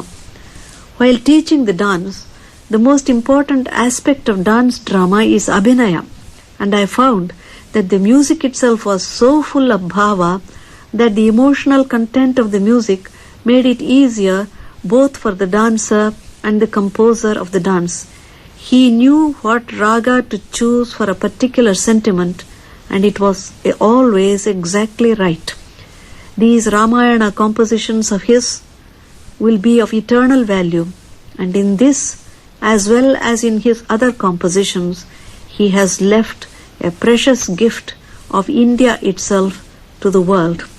ಅಂತೂ ಚಿಂತಯಾಮ್ಯಹಂ ಜಾನಕೀಕಾಂತಂ ಎಂದು ರಾಮಧ್ಯಾನದಿಂದ ಮೊದಲುಗೊಂಡ ಅವರ ರಚನಾ ವಾಹಿನಿ ಶ್ರೀಮದ್ ರಾಮಾಯಣದ ಪೂಜೆಯಿಂದಲೇ ಕೊನೆಗೊಂಡುದು ಯೋಗಾಯೋಗದ ಮಾತು ಎನ್ನಬೇಕು. ತಮ್ಮ ತಪಸ್ಸಿನ ಫಲವಾದ ರಾಮಾಯಣ ನೃತ್ಯ ನಾಟಕದ ಸಂಗೀತವನ್ನ ತಿರುಪತಿಯ ಶ್ರೀನಿವಾಸನ ಚರಣಕಮಲದಲ್ಲಿ ಸಮರ್ಪಿಸಲು ತಾತ ತುಂಬಾ ಆಸೆಪಟ್ಟರು. ಆ ಸಲುವಾಗಿ ಅವರು ತಿರುಪತಿಗೂ ಹೋದರು. ಅಲ್ಲಿ ನಡೆದ ಪ್ರಸಂಗ ರೋಮಾಂಚನ ತರುವಂಥದ್ದು. ಅದನ್ನು ಕುರಿತು ಅವರೇ ಬರೆದಿದ್ದಾರೆ. ನಾನು ಓದುತ್ತೇನೆ. ತಿರುಪತಿಗೆ ಹೋದದ್ದೇನೋ ಆಯಿತು. ದೇವಸ್ಥಾನವನ್ನು ತಲುಪಿದಾಗ ಮಧ್ಯಾಹ್ನ ಸುಮಾರು 4 ಗಂಟೆಯ ಸಮಯ. ಗರ್ಭಗುಡಿಯ ಬಾಗಿಲು ಹಾಕಿತ್ತು. ಬೆಳಗಿನ ಪೂಜೆ ಪುರಸ್ಕಾರಗಳಾದ ಬಳಿಕ ಗರ್ಭಗುಡಿಯ ಬಾಗಿಲನ್ನು ಮುಚ್ಚಿದರೆ ಮತ್ತೆ ತೆರೆಯುವುದು ಸಂಜೆಯೇ. ಹೀಗಾಗಿ ದೇವರೆದುರು ಕುಳಿತು ರಾಮಾಯಣವನ್ನು ಗಾಯನ ಮಾಡಿ ನೇರವಾಗಿ ಸಮರ್ಪಿಸಬೇಕು ಎಂಬ ನನ್ನ ಹೆಬ್ಬಯಕೆಗೆ ದೇವಸ್ಥಾನದ ಸಂಪ್ರದಾಯ ಅಡ್ಡವಾಯಿತು. ನನಗೂ ದೇವರಿಗೂ ನಡುವೆ ಗರ್ಭಗುಡಿಯ ಬಾಗಿಲು. ಆಚಾರ್ಯರೇ, ದೇವಸ್ಥಾನದ ನಿಯಮ ತಿಳಿದೇ ಇದೆ ನಿಮಗೆ. ತ್ಯಾಗಯ್ಯನವರು ಸಹ ಗರ್ಭಗುಡಿಯ ಹೊರಗಡೆಯೇ ನಿಂತು ದೇವರನ್ನು ಆರಾಧಿಸಬೇಕಾಯಿತು ಎಂಬ ಸಂಗತಿ ತಮಗೆ ತಿಳಿಯದೇ ಇಲ್ಲ. ದಯಮಾಡಿ ಕ್ಷಮಿಸಬೇಕು ಎಂದರು ದೇವಸ್ಥಾನದ ಅಧಿಕಾರಿಗಳು. ಸರಿ, ದೈವಚಿತ್ತ ಎಂದು ಹೊರಗಡೆಯೇ ಕುಳಿತು ಹಾಡಲು ಮೊದಲು ಮಾಡಿದೆವು. ಅಂದು ಯಾರೋ ಭಕ್ತ ಮಹಾಶಯರು ದೇವರಿಗೆ ಗರುಡ ಸೇವೆಯನ್ನು ಏರ್ಪಡಿಸಿದ್ದರು. ಉತ್ಸವ ದೇವರಿಗೆ ದೇವಾಲಯದ ಹೊರ ಪ್ರಾಕಾರದಲ್ಲಿ ನಡೆಯುವ ಸೇವೆ ಅದು. ಜನಕ ಮಹಾರಾಜ ಸೀತಾದೇವಿಯನ್ನು ಶ್ರೀರಾಮಚಂದ್ರನಿಗೆ ಧಾರೆ ಎರೆದು ಕೊಡುವ ಸನ್ನಿವೇಶವನ್ನು ಕುರಿತ ಶ್ಲೋಕವನ್ನು ಹಾಡುವ ಸಮಯಕ್ಕೆ ಸರಿಯಾಗಿ ಹೊರಗೆ ಬಿಜ ಮಾಡಿಸಿದ್ದ ಉತ್ಸವ ಮೂರ್ತಿ ದೇವಸ್ಥಾನಕ್ಕೆ ಹಿಂತಿರುಗಿತು. ಗರ್ಭಗುಡಿಗೆ ದೇವರನ್ನು ಕರೆದುಕೊಂಡು ಹೋಗಲು ಯತ್ನವಿಲ್ಲದೆಯೇ ಗರ್ಭಗುಡಿಯ ಬಾಗಿಲನ್ನು ತೆರೆಯಲೇಬೇಕಾಯಿತು. ಆರತಿಯ ಮಂಗಳದ ಬೆಳಕಿನಲ್ಲಿ ಶ್ರೀನಿವಾಸನ ದಿವ್ಯ ದರ್ಶನವಾಯಿತು. ನನ್ನ ಅಲ್ಪ ಸೇವೆ ದೇವರ ಮನಸ್ಸಿಗೆ ಬಂದಿತಲ್ಲ ಎಂದು ಮನಸ್ಸು ಹಿಗ್ಗಿ ಹೋಯಿತು. ಎಲ್ಲರ ಕಣ್ಣುಗಳಲ್ಲೂ ಆನಂದ ಬಾಷ್ಪ. ಶ್ರೀನಿವಾಸ, ನಿನ್ನ ಚಿತ್ತ ಎಂದು ಸಾಷ್ಟಾಂಗವೆರಗಿದೆ. ಅಂದು ಅವರಿಗೆ ತಮ್ಮ ಬಾಳು ಧನ್ಯವೆನಿಸಿತು. ಅವರ ಜೀವ ಆಂತರಿಕವಾಗಿ ದೇವರನ್ನು ಅರಸಿತು. ತಮ್ಮನ್ನು ಅಷ್ಟು ಗೌರವ ಆದರಗಳಿಂದ ಸನ್ಮಾನಿಸಿ ಒಲವು ತೋರದ ಎಲ್ಲರ ಸಲುವಾಗಿ ಕಡೆಯ ಘಳಿಗೆಯವರೆಗೂ ತಮ್ಮ ಐಹಿಕ ಕಾರ್ಯಗಳನ್ನು ಬಲು ಎಚ್ಚರಿಕೆಯಿಂದ ನಡೆಸಿಕೊಂಡು ಬರುತ್ತಿದ್ದರೂ ಅವರ ಮನಸ್ಸು ಆಗಲೇ ಅಂತರ್ಮುಖವಾಗಿತ್ತು. 1961 ಮೇ 17 ಸಂಜೆ 8:30 ಗಂಟೆಗೆ ತಾತ ದೇಹ ಬಿಟ್ಟರು. ಆಗ ಅವರ ಬಳಿಯಲ್ಲಿದ್ದ ನನ್ನ ತಮ್ಮ ರಾಜು ತಾತನ ಕಡೆಯ ಘಳಿಗೆಯನ್ನು ಕುರಿತು ಹೇಳಿದ ಮಾತುಗಳು ಇವು. ತಾತ ಯಾವಾಗಲೂ ದೇವರೇ ನನಗೆ ಅನಾಯಾಸ ಮರಣ ಕೊಡಪ್ಪ ಅಂತ ಕೇಳ್ಕೊಳ್ತಾ ಇದ್ರು. ಪದ್ದಮ್ಮ, ಕೈಕಾಲು ಗಟ್ಟಿಯಾಗಿರುವಾಗಲೇ ದೇವರು ನನ್ನನ್ನು ಕರ್ಕೊಂಡು ಬಿಡ್ಬೇಕಮ್ಮ, ನನ್ನಿಂದ ಒಬ್ಬರಿಗೂ ಸ್ವಲ್ಪನೂ ತೊಂದರೆ ಆಗಬಾರ್ದು, ಬೇಸರ ಆಗಬಾರ್ದು ಅಂತ ನಮ್ಮ ತಾಯಿ ಸಂಗಡ ಆಗಾಗ್ಗೆ ಹೇಳ್ತಾ ಇದ್ರು ತಾತ. ಅವರ ಈ ಇಚ್ಛೆಯನ್ನ ದೇವರು ಸಂಪೂರ್ಣವಾಗಿ ನಡೆಸಿಕೊಟ್ಟ. ಅವತ್ತು ತಾತ ದೇಹ ತ್ಯಾಗ ಮಾಡ್ತಾರೆ ಅಂತ ಯಾರಿಗೂ ಕಲ್ಪನೆ ಇರಲಿಲ್ಲ. ಪ್ರತಿದಿನದಂತೆ ತಾತ ಅವರ ನಿತ್ಯ ಕರ್ಮಗಳನ್ನೆಲ್ಲ ಮಾಡಿಕೊಂಡ್ರು. ಬೆಳಗ್ಗೆ ಅವರ ಮಿತ್ರರಾದ ಬೂದಲೂರು ಕೃಷ್ಣಮೂರ್ತಿ ಶಾಸ್ತ್ರಿಗಳ ಮಗಳು ಇಂದ್ರಾಣಿಗೆ ಭೈರವಿ ರಾಗದ ಅಟ್ಟೆತಾಳದ ವರ್ಣನ ಅವರ ಗುರುಗಳು ಹೇಗೆ ಹಾಡ್ತಾ ಇದ್ರು ಅನ್ನೋದನ್ನ ಹಾಡಿ ತೋರಿಸಿಕೊಟ್ರು. ಮಧ್ಯಾಹ್ನ ಪದ್ಧತಿಯಂತೆ ಭಗವದ್ಗೀತೆ ಪಾರಾಯಣ ಮಾಡಿದ್ರು. ಸಂಜೆ ಸುಮಾರು 5 ಗಂಟೆ ಹೊತ್ತಿಗೆ ಬೂದಲೂರು ಕೃಷ್ಣಮೂರ್ತಿ ಶಾಸ್ತ್ರಿಗಳು, ಡಾಕ್ಟರ್ ಗೋಪಾಲನ್, ಕಲಾಕ್ಷೇತ್ರದ ಇನ್ನೂ ಕೆಲವು ವಿದ್ವಾಂಸರು ಪ್ರತಿದಿನದಂತೆ ತಾತನ ಸಂಗಡ ಮಾತುಕತೆಗಾಗಿ ಸೇರಿದರು. ಸುಮಾರು 7 ಗಂಟೆ ಹೊತ್ತಿಗೆ ತಾತನ ಸಂಧ್ಯಾವಂದನೆಗೆ ಅವಕಾಶ ಮಾಡಿಕೊಡುವ ಉದ್ದೇಶದಿಂದ ಒಬ್ಬೊಬ್ಬರಾಗಿ ತಾತನ ಅನುಮತಿ ಪಡೆದು ಹೊರಡೋದಕ್ಕೆ ಪ್ರಾರಂಭ ಮಾಡಿದ್ರು. ಆಗ ತಾತ ಬೂದಲೂರು ಕೃಷ್ಣಮೂರ್ತಿ ಶಾಸ್ತ್ರಿಗಳನ್ನ ಹತ್ರ ಕರೆದು, ಶಾಸ್ತ್ರಿಗಳೇ, ಎಲ್ಲಾ ಸಂಗೀತ ವಿದ್ವಾಂಸರಿಗೂ ಅವರು ಚಿಕ್ಕವರೇ ಆಗಲಿ ದೊಡ್ಡವರೇ ಆಗಲಿ ನನ್ನ ನಮಸ್ಕಾರ ತಿಳಿಸ್ಬೇಕು ನೀವು ಅಂತ ಹೇಳಿ 2 ಕೈಗಳನ್ನು ಜೋಡಿಸಿ ಮೇಲಕ್ಕೆತ್ತಿದ್ರು. ತಾತ ಯಾಕೆ ಹೀಗೆ ಮಾತಾಡ್ತಿದ್ದಾರೆ ಅಂತ ಯಾರಿಗೂ ಅರ್ಥ ಆಗಲಿಲ್ಲ. ಡಾಕ್ಟರ್ ಗೋಪಾಲ್ ಅವರನ್ನ ಕರೆದು, ಹೇಗಿದೆ ಡಾಕ್ಟ್ರೆ ನನ್ನ ದೇಹಸ್ಥಿತಿ ಅಂತ ಕೇಳಿದ್ರು. ನಿಮ್ಮ ದೇಹಸ್ಥಿತಿ ಏನಾಗಿದೆ ತಾತ, 100 ವರ್ಷ ಕಟ್ಟಿಟ್ಟಿದ್ದು ನಿಮಗೆ ಎಂದ್ರು ಡಾಕ್ಟ್ರು. ಎಷ್ಟಾದ್ರೂ ನಿಮ್ಮ ಕಸಬಲ್ವೇ ಅದು, ಇನ್ನೊಂದು ಕ್ಷಣಕ್ಕೆ ಕಣ್ಣು ಮುಚ್ಚೋವರೆಗೂ ನೀವು ಹಾಗ್ತಾನೆ ಹೇಳೋದು ಅಂತ ತಾತ ಹಾಸ್ಯ ಮಾಡಿದ್ರು ಅವ್ರನ್ನ. ಆಗ್ಲೂ ಯಾರಿಗೂ ಏನೂ ಅರ್ಥ ಆಗಲಿಲ್ಲ. ಬಂದಿದ್ದವರೆಲ್ಲ ಹೊರಟು ಹೋದ್ರು. ದೇವರಿಗೆ ಪದ್ಧತಿಯಂತೆ ಸಾಯಂಕಾಲದ ಮಂಗಳಾರತಿ ಆಯಿತು. ವರಾಂಡದಲ್ಲಿ ತಾತ 4-5 ಸಾರಿ ಆ ಕಡೆಯಿಂದ ಈ ಕಡೆ, ಈ ಕಡೆಯಿಂದ ಆ ಕಡೆಗೆ ಓಡಾಡಿದ್ರು. ನನ್ನ ತಾಯಿನ ಕರೆದು, ಪದ್ದಮ್ಮ, ಈ ಹೊತ್ತು ನನಗೆ ಊಟ ಬೇಕಾಗಿಲ್ಲಮ್ಮ, ಸ್ವಲ್ಪ ಹಾಲು ಕೊಟ್ಟು ಬಿಡು ಅಂತ ಹೇಳಿದ್ರು. ಉಳಿದವರನ್ನೆಲ್ಲ ಊಟ ಮಾಡಿ ಬನ್ನಿ ಅಂತ ಹೇಳಿ ಕಳಿಸಿದ್ರು. ನಾನು ಮಾತ್ರ ತಾತನ ಹತ್ರವೇ ಉಳ್ಕೊಂಡೆ. ರಾಜು, ಸ್ವಲ್ಪ ತಂಬೂರಿ ಶ್ರುತಿ ಮಾಡಿ ಇಂಥ ಪ್ರಭುವ ಕಾಣನ ಹಾಡಪ್ಪ ಅಂದ್ರು. ಹಾಡಿದೆ. ಅಷ್ಟೊತ್ತಿಗೆ ರಾತ್ರಿ 8:15 ಗಂಟೆ ಆಯಿತು. ಮಂಚದ ಮೇಲೆ ಮಲಗಿದ್ದವರು ಮಂಚದಿಂದ ಇಳಿದು ಬಂದು ಎದುರಿಗೆ ಹಾಕಿದ ಚಾಪೆ ಮೇಲೆ ಒಂದು ದಿಂಬು ಹಾಕೊಂಡು ಮಲ್ಕೊಂಡ್ರು. ತಂಬೂರಿ ಇನ್ನೂ ಸ್ವಲ್ಪ ಹತ್ರ ತಗೊಂಡು ಬಾಪ ಅಂದ್ರು. ತಂಬೂರಿ ಶ್ರುತಿಯನ್ನು ಹಾಗೆ ಒಂದು 5 ನಿಮಿಷ ಕೇಳ್ತಾ ಇದ್ರು. ಮತ್ತೆ ತಾತ ಮೇಲೆ ಏಳೋದಕ್ಕೆ ದಿಂಬಿನಿಂದ ತಲೆ ಮೇಲೆ ಎತ್ತಿದ್ರು. ರಾಜು, ಯಾಕೋ ಸ್ವಲ್ಪ ತಲೆ ತಿರುಗೋ ಹಾಗಾಗುತ್ತೆ ಅಂದ್ರು. ಹಾಗಾದ್ರೆ ಮೇಲೆ ಹೇಳ್ಬೇಡಿ ತಾತ, ಮೆಲ್ಲಿಗೆ ಹಾಗೆ ಮಲಕ್ಕೊಳ್ಳಿ ಎಂದೆ. ತಲೆ ದಿಂಬಿನ ಮೇಲಿಟ್ರು. ಒಂದ್ಸಾರಿ ಗಟ್ಟಿಯಾಗಿ ಉಸಿರು ಎಳೆದುಕೊಳ್ಳುವಂತೆ ಮಾಡಿದ್ರು. ಗಾಬರಿಯಿಂದ ಕೂಗಿಕೊಂಡೆ. ಒಳಗಿನಿಂದ ನನ್ನ ತಂದೆ ತಾಯಿ ಓಡಿ ಬಂದ್ರು. ಏನು ತೋರಿಸೋ ಏನೋ ನಮ್ಮ ತಂದೆಗೆ. ನನ್ನ ತಾಯಿನ ಕರೆದು ಬೇಗ ಗಂಗೆ ತಗೊಂಡು ಬಾ ಅಂದ್ರು. ಗಂಗೆ ಒಡೆದು 2 ತೊಟ್ಟು ತಾತನ ಬಾಯಿಗೆ ಹಾಕಿದ್ರು ನಮ್ಮ ತಂದೆ. ಸರಿ, ಎಲ್ಲ ತಣ್ಣಗಾಯಿತು. ತಾತ ಕಣ್ಮುಚ್ಚಿದ್ರು. ಶರಣನ ಜೀವನ ಮರಣದಲ್ಲಿ ಕಾಣುತ್ತದೆ ಎನ್ನುತ್ತಾರೆ.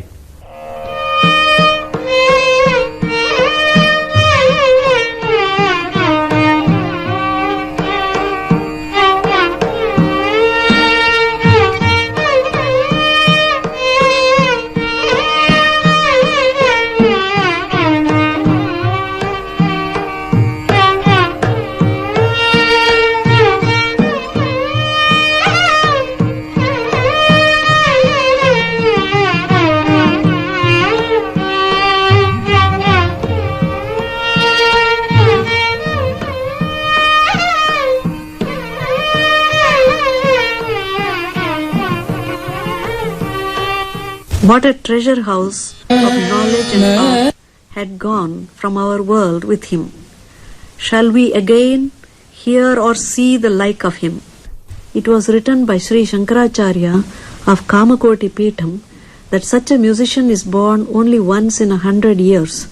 I believe that only when the right opportunity is given and the atmosphere is created, will they be born again to fill our ears with music and uplift our souls to the Swarga of beauty. May he come back to us soon. 96 ವರ್ಷಗಳ ತುಂಬು ಜೀವನ, ಮಹಾನ್ ಜೀವನ, ಭಾಗವತ ಜೀವನ. ಹಠಯೋಗದಿಂದ ಸಂಗೀತ ಸಾಹಿತ್ಯಗಳನ್ನು ಒಲಿಸಿಕೊಂಡು ಕರ್ಮಯೋಗದಿಂದ ಆ ದಿವ್ಯ ವಿದ್ಯೆಗಳನ್ನು ಅನುಸಂಧಾನ ಮಾಡಿ ಭಕ್ತಿಯೋಗಿಯಾಗಿ ಅದನ್ನು ದೇವರಿಗೆ ಅರ್ಪಿಸಿದರು.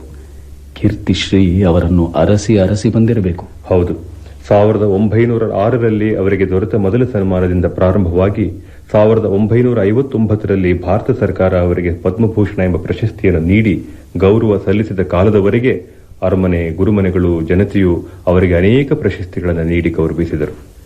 ಇಷ್ಟಾದರೂ ತಾತ ಹೆಮ್ಮೆಯಿಂದ ಬೀಗಿದವರಲ್ಲ. ಅವರ ಹೃದಯ ಸೌಜನ್ಯ ಶ್ರೀಮಂತವಾದುದು. ಅವರ ನಮ್ರತೆ, ವಿನಯ, ಶಿಷ್ಟಾಚಾರಗಳು ಹೃದಯದಿಂದ ಹರಿದು ಬಂದವು. ತಾತನ ಅಂತರಂಗದ ವೈಶಾಲ್ಯವನ್ನು ಕುರಿತು ಡಿವಿಜಿ ಅವರು ನೆನಪು ಮಾಡಿದರು. ಒಂದು ದಿವಸ ಮಧ್ಯಾಹ್ನ ನಂತರ 3 ಗಂಟೆಯ ವೇಳೆಗೆ ಅವರು ನನ್ನ ಮನೆಗೆ ಬಂದರು. ಕುಶಲ ಪ್ರಶ್ನೆ ನಂತರ ನಾನು, ಆಚಾರ್ಯರು ಈ ಬಿಸಿಲಲ್ಲಿ ದಯಮಾಡಿಸೋಣವಾಯ್ತಲ್ಲ ಎಂದೆ. ಅವರು, ಪರೀಕ್ಷೆ ಮಾಡೋದಕ್ಕೆ ಬಂದಿದ್ದಾರೆ ಆಚಾರ್ಯರು, ಅವರಿಗೆ ಇಲ್ಲಿ ಬರೀ ಮಾತಿನ ಮರ್ಯಾದೆಯೋ ನಿಜವಾದ ವಿಶ್ವಾಸವೋ ನೋಡೋಣ ಎಂದರು. ನಾನು, ಇನ್ನೂ ಪರೀಕ್ಷೆಯೇ ಎಂದೆ.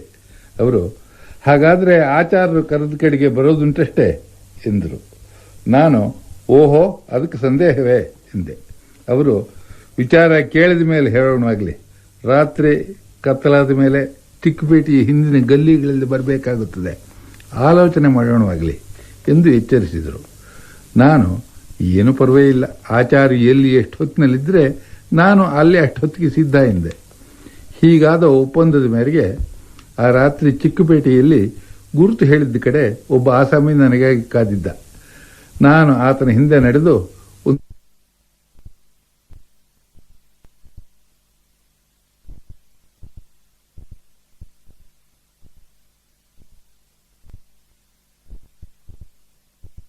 ಸಂಧಿಯಲ್ಲಿ ಒಂದು ಮನೆ ಸೇರಿದ್ದಾಯಿತು. ಅದು ಹಳೆಯ ಕಾಲದ ಮಣ್ಣು ಮಾಳಿಗೆ. ಛಾವಣಿ ಕೈಗೆ ಇಟ್ಕೊಂತಿತ್ತು. ಅಲ್ಲಿ 10-12 ಮಂದಿ ಸಭೆ ಸೇರಿತ್ತು. ಸುಮಾರು 9 ಗಂಟೆಗೆ ಆಚಾರ್ಯರ ಹಾಡಿಕೆ ಪ್ರಾರಂಭವಾಗಿ 12ರವರೆಗೆ ನಡೆಯಿತು. ಪಿಟೀಲು ಮೃದಂಗಗಳ ಕೆಲಸ ಮಿತವಾಗಿತ್ತು. ಆಚಾರ್ಯರು ಬೇಗಡೆ, ಕಾಂಬೋಜಿ, ಶಂಕರಾಭರಣ ಈ ರಾಗಗಳನ್ನು ವಿಸ್ತರಿಸಿ ಹಾಡಿದರು. ಭಾವಪುಷ್ಟವಾದ ರಾಗವಿನ್ಯಾಸ ಆಚಾರ್ಯರಲ್ಲಿದ್ದ ಅತಿಶಯ. ಕಡೆಯಲ್ಲಿ ನಾನು, ಈ ಹೊತ್ತು ಯಾವ ಗಂಧರ್ವ, ಯಾವ ವಿದ್ಯಾಧರ ಇಲ್ಲಿ ಅವತಾರ ಮಾಡಿದ್ದ ಎಂದೆ. ಆಚಾರ್ಯರು ಅಲ್ಲಿ ಕಂಬ ಕೊರಗಿಕೊಂಡು ಹಾಸಿಗೆ ಮೇಲೆ ಕುಳಿತು ತಲೆದೋಗುತ್ತಾ ಅಚ್ಚುಕಟ್ಟಾಗಿ ತಾಳ ಹಾಕುತ್ತಿದ್ದ ಒಬ್ಬ ವೃದ್ಧರ ಕಡೆ ಕೈ ತೋರಿಸಿ, ಎಲ್ಲ ಅವರ ಪ್ರಸಾದ ಎಂದರು. ವಾಸುದೇವಾಚಾರ್ಯರು ಬಾಲ್ಯದಲ್ಲಿ ಆ ಮುದುಕರ ಮನೆಯಲ್ಲಿ ಆಗಾಗ ಊಟ ಮಾಡಿ ಆದರಣೆ ಪಡೆದಿದ್ದರಂತೆ. ಪ್ರಸಕ್ತ ಸಂದರ್ಭಕ್ಕೆ ಹಿಂದಿನ ದಿವಸ ಆಚಾರ್ಯರು ಆ ವೃದ್ಧರನ್ನು ಕಂಡಿದ್ದಾಗ ಅವರು, ವಾಸು, ಇನ್ನು ನಾನು ನಿನ್ನ ಸಂಗೀತ ಕೇಳೋದೆಲ್ಲಪ್ಪ, ವಯಸ್ಸು 85 ಆಯಿತು, ಕಚೇರಿಗೆ ಬಂದು ಕೂತಿರಲಾರೆ ಎಂದು ಪೇಚಾಡಿದ್ರಂತೆ. ಆಚಾರ್ಯರು, ನೀವು ನನ್ನ ಕಚೇರಿಗೆ ಬರಬೇಕೇ, ನೀವಿರುವ ಕಡೆ ನನ್ನ ಕಚೇರಿ ನಡೆಯಲಾರದೆ ಎಂದು ಉತ್ತರ ಹೇಳಿದ್ರಂತೆ. ಇದು ಆ ರಾತ್ರಿಯ ದಿವ್ಯಗಾನದ ಅಂತರಂಗ. ವಾಸುದೇವಾಚಾರ್ಯರು ಭಾವಜೀವಿ. ಮಹಾಕಾವ್ಯ ವ್ಯಾಸಂಗದಿಂದ ಅವರಿಗೆ ಭಾವ ಸಂಸ್ಕಾರವಾಗಿತ್ತು. ಆ ಭಾವರಸ ಅವರ ಸಂಗೀತದಲ್ಲಿ ನಾದಪ್ರವಾಹವಾಯಿತು. ವರ್ಣ ಹಾಡಿದರೂ ಅದರಲ್ಲಿ ಭಾವವೈಖರಿ ಎದ್ದು ಕಾಣುತ್ತಿತ್ತು. ಅದು ಭಾವಸಂಗೀತ. ಅದು ಸತ್ಕಾವ್ಯ ಸಹೋದರ. ಅದು ಭಗವದ್ಧ್ಯಾನಕ್ಕೆ ಆಪ್ತಮಿತ್ರ. ಅವರ ಸೌಜನ್ಯದ ಶ್ರೀಮಂತಿಕೆಗೆ ಸಾಕ್ಷ್ಯ ನುಡಿಯುವ ಮಾತುಗಳಿವು. 2-3 ಸಲ ಮಾತ್ರ ಮೈಸೂರಿನಲ್ಲಿ, ಒಮ್ಮೆ ಮದ್ರಾಸಿನಲ್ಲಿ ತಾತನವರನ್ನ ದರ್ಶನ ಮಾಡಿ ಅವರ ಸನ್ನಿಧಿಯಲ್ಲಿ ಕುಳಿತು ಅವರ ಮಾತುಗಳನ್ನು ಕೇಳುವ ಸೌಭಾಗ್ಯ ನನಗೆ ಒದಗಿತ್ತು. ಆ ಒಂದು ಸಲವಂತೂ 10 ನಿಮಿಷಕ್ಕೆ ಎಂದು ಅವರಲ್ಲಿಗೆ ಹೋದವನು ಅವರ ಮಾತಿನ ಸವಿಹಾಸ್ಯದ ಸರಸಿನಲ್ಲಿ ಮಿಂದು ನನ್ನನ್ನೇ ಮರೆತು ಅವರ ಬಳಿ 2 ತಾಸು ಕುಳಿತು ಬಂದೆ. ಅಂತಹ ಹಿರಿಯರು ಎಲ್ಲ ವಿಷಯಗಳಲ್ಲೂ ಅಷ್ಟೊಂದು ಕಿರಿಯನಾದ ನನ್ನೊಡನೆ ಸರಿಸಮರಂತೆ ಮಾತನಾಡಿ ನಗೆಯಾಡಿದರು. ಪ್ರಗಲ್ಭವಾದ ಶಾಸ್ತ್ರ ವಿಷಯಗಳನ್ನು ಹಸುಗೂಸಿಗೂ ತಿಳಿಯುವಂತಹ ಮಾತುಗಳಲ್ಲಿ ತಿಳಿಸಿಕೊಟ್ಟರು. ಎಂತಹ ಸರಳತೆ ಅವರದು! ಅವರ ಮಾತಿನಲ್ಲಿ ಎಂತಹ ಸವಿ ರುಚಿಯ ಸರಸ! ನಿಜ, ತಾತ ನಗೆಗಾರರು. ಬಾಳಿನ ಕಹಿಯನ್ನೆಲ್ಲ ತಮಗಾಗಿ ಮೀಸಲಾಗಿಟ್ಟುಕೊಂಡು ಮನೆಗೆ, ಊರಿಗೆ ನಗೆಯನ್ನು ಧಾರಾಳವಾಗಿ ಹಂಚಿದರು. ಕಹಿ ಇಲ್ಲದಂತಹ ಕೀಟಲೆ ಮಾಡುವುದರಲ್ಲೂ ತಾತ ಅತಿ ಚತುರರು ಎನ್ನಬೇಕು. ನಾನು ಕಂಡಷ್ಟೂ ವರ್ಷ ನಮ್ಮ ಮನೆ ಎಂದರೆ ದಕ್ಷಿಣ ಭಾರತದ ವಿದ್ವಾಂಸರ ಸಂಗೀತಗಾರರ ಗೋಷ್ಠಿ. ಹಾಡು, ಮಾತು, ಸರಸ, ವಿನೋದ. ಪ್ರತಿದಿನವೂ ಪ್ರತಿ ಘಳಿಗೆಯೂ ಒಂದು ಹಬ್ಬ, ಕಣ್ಣಿಗೆ, ಕಿವಿಗೆ, ಬುದ್ಧಿಗೆ. ಅಂದ ಹಾಗೆ ತಾತ ಟೈಗರರ ಟೋಪಿ ತೆಗೆಸಿದ ಪ್ರಸಂಗ ತಿಳಿದಿರ್ಬೇಕಲ್ವೇ? ಅವರ ನಗೆ ಚಾಟಿಕೆಗೆ ಅದೊಂದು ಉದಾಹರಣೆ. ಏನ್ ಹೇಳಿ? ಅವರ ಬರವಣಿಗೆಯನ್ನೇ ಓದುತ್ತೇನೆ. ತಾವು ಹಾಕಿಕೊಂಡಿರುವ ಟೋಪಿ ತಮಗೆ ಅಷ್ಟಾಗಿ ಒಪ್ಪೋದಿಲ್ಲ ಗುರುಗಳೇ, ದಯವಿಟ್ಟು ಅದನ್ನ ತೆಗೆದು ಬಿಡೋಣವಾಗಲಿ ಅಂದ್ರು ಶಿಷ್ಯರು. ಇದನ್ನ ಹೇಳೋದಿಕ್ಕೆ ಇಷ್ಟು ಮೀನಾಮೇಷ ಎಣಿಸ್ತಾ ಇದ್ಯಾ? ಒಳ್ಳೆ ಭೂಪತಿ ಕಣಯ್ಯ ನೀನು. ಅಲ್ಲಯ್ಯ, ಈ ತಲೆಯ ಮೇಲೆ ಆ ಸಾಕ್ಷಾತ್ ದೇವೇಂದ್ರನ ಸುವರ್ಣ ಖಚಿತ ಕಿರೀಟವನ್ನೇ ತಂದಿಟ್ರು ಇಷ್ಟೇನೆ. ಬ್ರಹ್ಮ ಸೃಷ್ಟಿಯ ಹಾಗಿರುವಾಗ ಪಾಪ ಆ ಟೋಪಿಯ ತಪ್ಪೇನಿದೆ? ಅವರಿವರು ಟೋಪಿ ಹಾಕೋದಕ್ಕೆ ಮುಂಚೆ ನಾವೇ ಟೋಪಿ ಹಾಕಿಕೊಳ್ಳೋದು ಮೇಲಲ್ವೇ? ಎದ್ದುಕೊಂಡು ಹೋಗ್ಲಿ ಬಿಡು ಅಂದ್ರು ವರದಾಚಾರ್ಯರು. ಹೌದು, ವರದಾಚಾರ್ಯರ ಸ್ಥೂಲ ಕಾಯ್ದ ಮೇಲೆ ಆ ಪುಟ್ಟ ಟೋಪಿ ವಿಚಿತ್ರವಾಗಿ ಕಾಣಿಸ್ತಾ ಇತ್ತು. ವರದಾಚಾರ್ಯರ ಶಿಷ್ಯರಿಗೂ ಮಿತ್ರರಿಗೂ ಏನೂ ತೋಚದಂತಾಗಿ ನನ್ನಲ್ಲಿ ಬಂದು ತಮ್ಮ ಸಂಕಟವನ್ನ ತೋಡ್ಕೊಂಡ್ರು. ಹೌದು, ನೀವು ಅವರಿಗೆ ಪರಮ ಮಿತ್ರರು. ನಿಮ್ಮ ಮಾತಿಗೆ ಅವರು ಎಂದೂ ಪ್ರತಿ ಹೇಳುವುದಿಲ್ಲ. ಹೇಗಾದ್ರೂ ಮಾಡಿ ಆ ಟೋಪಿನ ಅವರಿಂದ ಬೇರ್ಪಡಿಸಿ ಪುಣ್ಯ ಕಟ್ಕೊಳ್ಳಿ ಎಂದರು. ನೋಡೋಣ, ದೇವರಿದ್ದಾನೆ ಎಂದ್ಕೊಂಡೆ. ಒಂದ್ ಸಂಜೆ ಸುಮಾರು 7 ಗಂಟೆ ಸಮಯ. ನನ್ನ ಸ್ನೇಹಿತರ ಒಂದು ಸಣ್ಣ ಕೂಟ ಸೇರಿತು ನನ್ನ ಮನೆಯಲ್ಲಿ. ಅವರ ಅಪೇಕ್ಷೆಯ ಮೇಲೆ ಸ್ವಲ್ಪ ಕಾಂಬೋದಿ ರಾಗಾಲಾಪನೆ ಮಾಡಿ ಮಧ್ಯಮ ಕಾಲವನ್ನು ಹಾಡ್ತಾ ಇದ್ದೆ. ಆ ವೇಳೆಗೆ ಸರಿಯಾಗಿ ಟೋಪಿ ಸಮೇತ ವರದಾಚಾರ್ಯರು ಆಗಮಿಸಿದ್ರು. ಹಾಡೋದನ್ನು ನಿಲ್ಲಿಸಿದೆ. ಅಣ್ಣ, ನಾ ಮಾಡಿದ ಅನ್ಯಾಯವೇನು? ನನ್ನ ಕಿವಿಗೂ ಸ್ವಲ್ಪ ಹಾಕಿ ನಿಮ್ಮ ಸಂಗೀತವನ್ನ ಅಂತ ಬಲವಂತ ಮಾಡಿದ್ರು. ಸುಮಾರು 8:15 ಗಂಟೆವರೆಗೂ ಹಾಡಿದೆ. ಬ್ರಹ್ಮಾನಂದವಾಯ್ತಣ್ಣ, ಏನ್ ಕೊಡ್ಲಿ ನಿಮ್ಮ ಈ ಭವ್ಯವಾದ ಸಂಗೀತಕ್ಕೆ ಎಂದ್ರು. ಇದೇ ಸರಿಯಾದ ಸಮಯ ಅಂತ ತಿಳ್ಕೊಂಡು, ನಾನು ಕೇಳಿದ್ದನ್ನು ಇಲ್ಲ ಅನ್ಬಾರ್ದು ನೀವು ಎಂದೆ. ಏನ್ ಬೇಕು ಹೇಳಿ ಅಂದ್ರು. ನಿಮ್ಮ ಆ ಟೋಪಿನ ದಯಮಾಡಿ ಅನುಗ್ರಹ ಮಾಡಿ ಎಂದೆ. ಎಲ್ಲರೂ ಬಿದ್ದು ಬಿದ್ದು ನಗಲಾರಂಭಿಸಿದ್ರು. ಬಿಡುಗಡೆ ಹೊಂದಿದ ಆ ಟೋಪಿಗೂ ಪರಮಾನಂದವಾಗಿದ್ದಿರಬೇಕು. ಸೊಗಸಾಗಿದೆ, ಸೊಗಸಾಗಿದೆ. ನಿಜ ಜೀವನದಲ್ಲಿ ಆಚಾರ್ಯರು ಹೇಗೆ ಕೃಷ್ಣಮೂರ್ತಿಗಳೇ? ಬಲು ಅಚ್ಚುಕಟ್ಟಾಗಿರ್ಬೇಕಲ್ವೇ ಅವರ ನಿತ್ಯ ಜೀವನ? ಇಷ್ಟೆಲ್ಲ ಹೇಳಿದ ಮೇಲೆ ಬೀಜ ಪ್ರಶ್ನೆ ಕೇಳ್ಬಿಟ್ರಿ ನೀವು. ನಿಜವಾಗಿ ನೋಡಿದ್ರೆ ತಾತನದು ವಿಚಿತ್ರ ಸ್ವಭಾವ. ನೋಡಿ, ಒಮ್ಮೆ ತಾತ ರೇಡಿಯೋ ಬಳಿ ಕುಳಿತು ಕೇಳ್ತಾ ಇದ್ರು. ಪ್ರಸಾರವಾದ ಒಂದು ಹಿಂದಿ ಚಿತ್ರಗೀತೆ ಅವರ ಮನಸ್ಸಿಗೆ ತುಂಬಾ ಒಪ್ಪಿತು. ಇಲ್ಲಿ ಸ್ವಲ್ಪ ಹಿಂದಿನಿಂದ ಹಾಕು ಅದೇ ಹಾಡನ್ನ ಇನ್ನೊಂದು ಆವರ್ತಿ ಕೇಳೋಣ, ಇಂಪಾದ ಶಾರೀರ, ಮಧುರವಾದ ವರ್ಣಮಟ್ಟು ಎಂದ್ರು. ರೇಡಿಯೋವನ್ನು ಗ್ರಾಮೋಫೋನ್ ಮಿಷನ್ ಹಾಗೆ ಹಿಂದೆ ಮುಂದೆ ಹಾಕಿಕೊಳ್ಳಬಹುದು ಅಂತ ಆಚಾರ್ಯರ ಕಲ್ಪನೆಯೇನೋ ಪಾಪ. ಸಾಧಾರಣವಾಗಿ ಮಧ್ಯಾಹ್ನ 12 ಗಂಟೆವರೆಗೂ ನಾರು ಮಡಿಯುಟ್ಟು ಪೂಜೆ ಪಾರಾಯಣಗಳಲ್ಲಿ ನಿರತರಾಗ್ಬಿಡ್ತಾ ಇದ್ರು. ಊಟವಾದ ಮೇಲೆ ಮನೆ ಹೊರಗಡೆ ಆವರಣದಲ್ಲಿ ಬಿಸಿಲಿನಲ್ಲಿ ನಿಂತುಕೊಂಡು ದಿನದ ವೃತ್ತಪತ್ರಿಕೆಯನ್ನ ಒಂದು ತುದಿಯಿಂದ ಹಿಡಿದು ಇನ್ನೊಂದು ತುದಿಯವರೆಗೂ ಅತ್ಯಂತ ಶ್ರದ್ಧೆಯಿಂದ ಅವಲೋಕಿಸ್ತಾ ಇದ್ರು. ಅನಂತರ ಒಂದು ಘಳಿಗೆ ಮಲಗೋದು ತಾತನ ಪದ್ಧತಿ. ಒಗೆದು ಮಡಿ ಮಾಡಿದ ಪಂಚೆಯನ್ನುಟ್ಟು ಅಗಸನ ಮನೆಯಿಂದ ಬಂದ ಶುಭ್ರವಾದ ಇಸ್ತ್ರಿ ಮಾಡಿದ ಜುಬ್ಬವನ್ನು ಧರಿಸಿ ಹಾಯಾಗಿ ಮಲಗಿಬಿಡ್ತಾ ಇದ್ದೆ. ಸರಿ, ನಿದ್ದೆ ಆದ್ಮೇಲೆ ಮತ್ತೆ ನಾರು ಮಡಿ ಅಂತ ಕೈಲಿಲ್ಲ.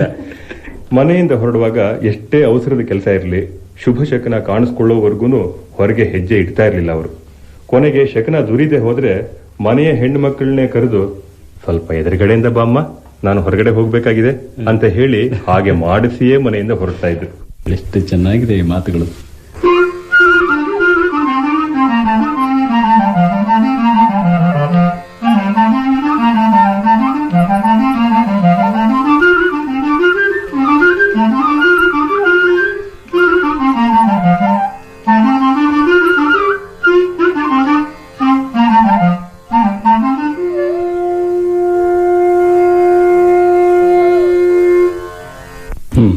ಇನ್ನು ನಾವು ಹೊರಡೋಣ ಕೃಷ್ಣಮೂರ್ತಿ. ಅಂತೂ ಅಂತಹ ಪುಣ್ಯಾತ್ಮರ ಸನಿಹದಲ್ಲಿ 30-35 ವರ್ಷ ಕಾಲ ಕಳೆದ ನೀವು ಪುಣ್ಯವಂತರು ನಿಜವಾಗಿ. ನಾವು ಇವತ್ತು ಮನುಷ್ಯರು ಅಂತ ಅನಿಸಿದ್ರೆ ಅವರ ಆಶೀರ್ವಾದದ ಫಲ. ಇಂದು ಎಂದೆಂದಿಗೂ ಅವರು ನಮ್ಮ ಬಳಿಯೇ ಇದ್ದು ನಮ್ಮನ್ನ ಕೈ ಹಿಡಿದು ನಡೆಸುತ್ತಿದ್ದಾರೆ ಎಂಬ ಭಾವನೆಯೇ ನನ್ನದು. ನಿಜವಾಗಿ ಅವರ ಭೌತಿಕ ದೇಹ ಮರೆಯಾಗಿರಬಹುದು, ಆದರೆ ನಾಡಿನ ಸಂಪತ್ತಾಗಿ ಅವರ ಸಂಗೀತ ವಿಧಾನ ಉಳಿದಿದೆಯಲ್ಲ, ಅವರ ಕೃತಿ ರತ್ನಗಳು ದಕ್ಷಿಣ ಭಾರತದಲ್ಲಿ ಅನುನಿತ್ಯ ಬೆಳಗ್ತಾ ಇವೆ.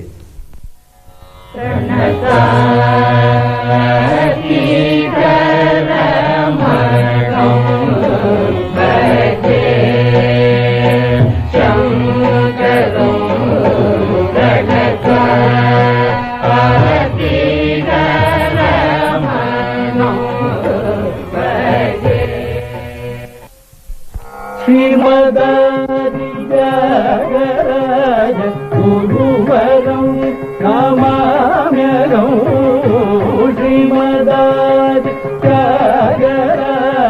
ಗುರುವರಂ ನಮಾಮ್ಯಹಂ. ಶ್ರೀಮದಾ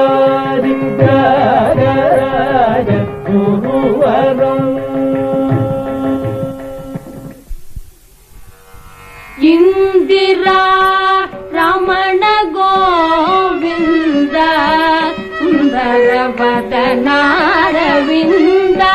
ಮಾಮವ ಇಂದಿರಾ ರಮಣ ಗೋವಿಂದ ಸುಂದರ ವದನಾರವಿಂದ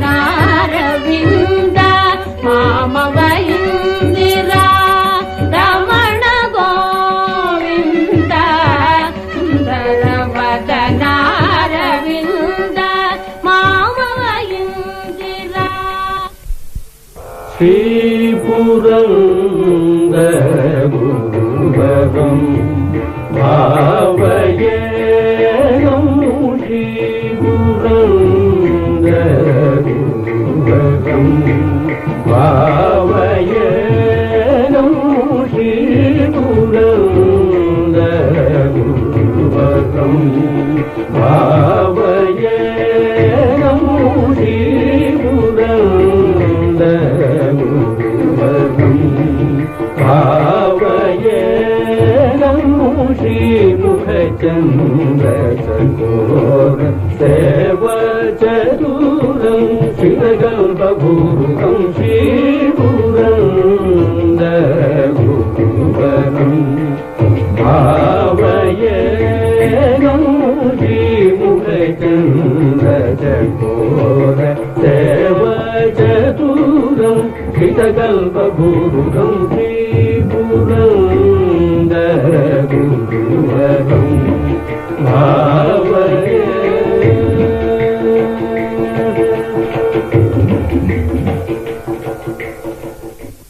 ಅವರ ನುಡಿ ಮುತ್ತುಗಳು 2 ಪುಸ್ತಕಗಳಲ್ಲಿ ಎರಚಾಡಿ ಹೋಗಿವೆ.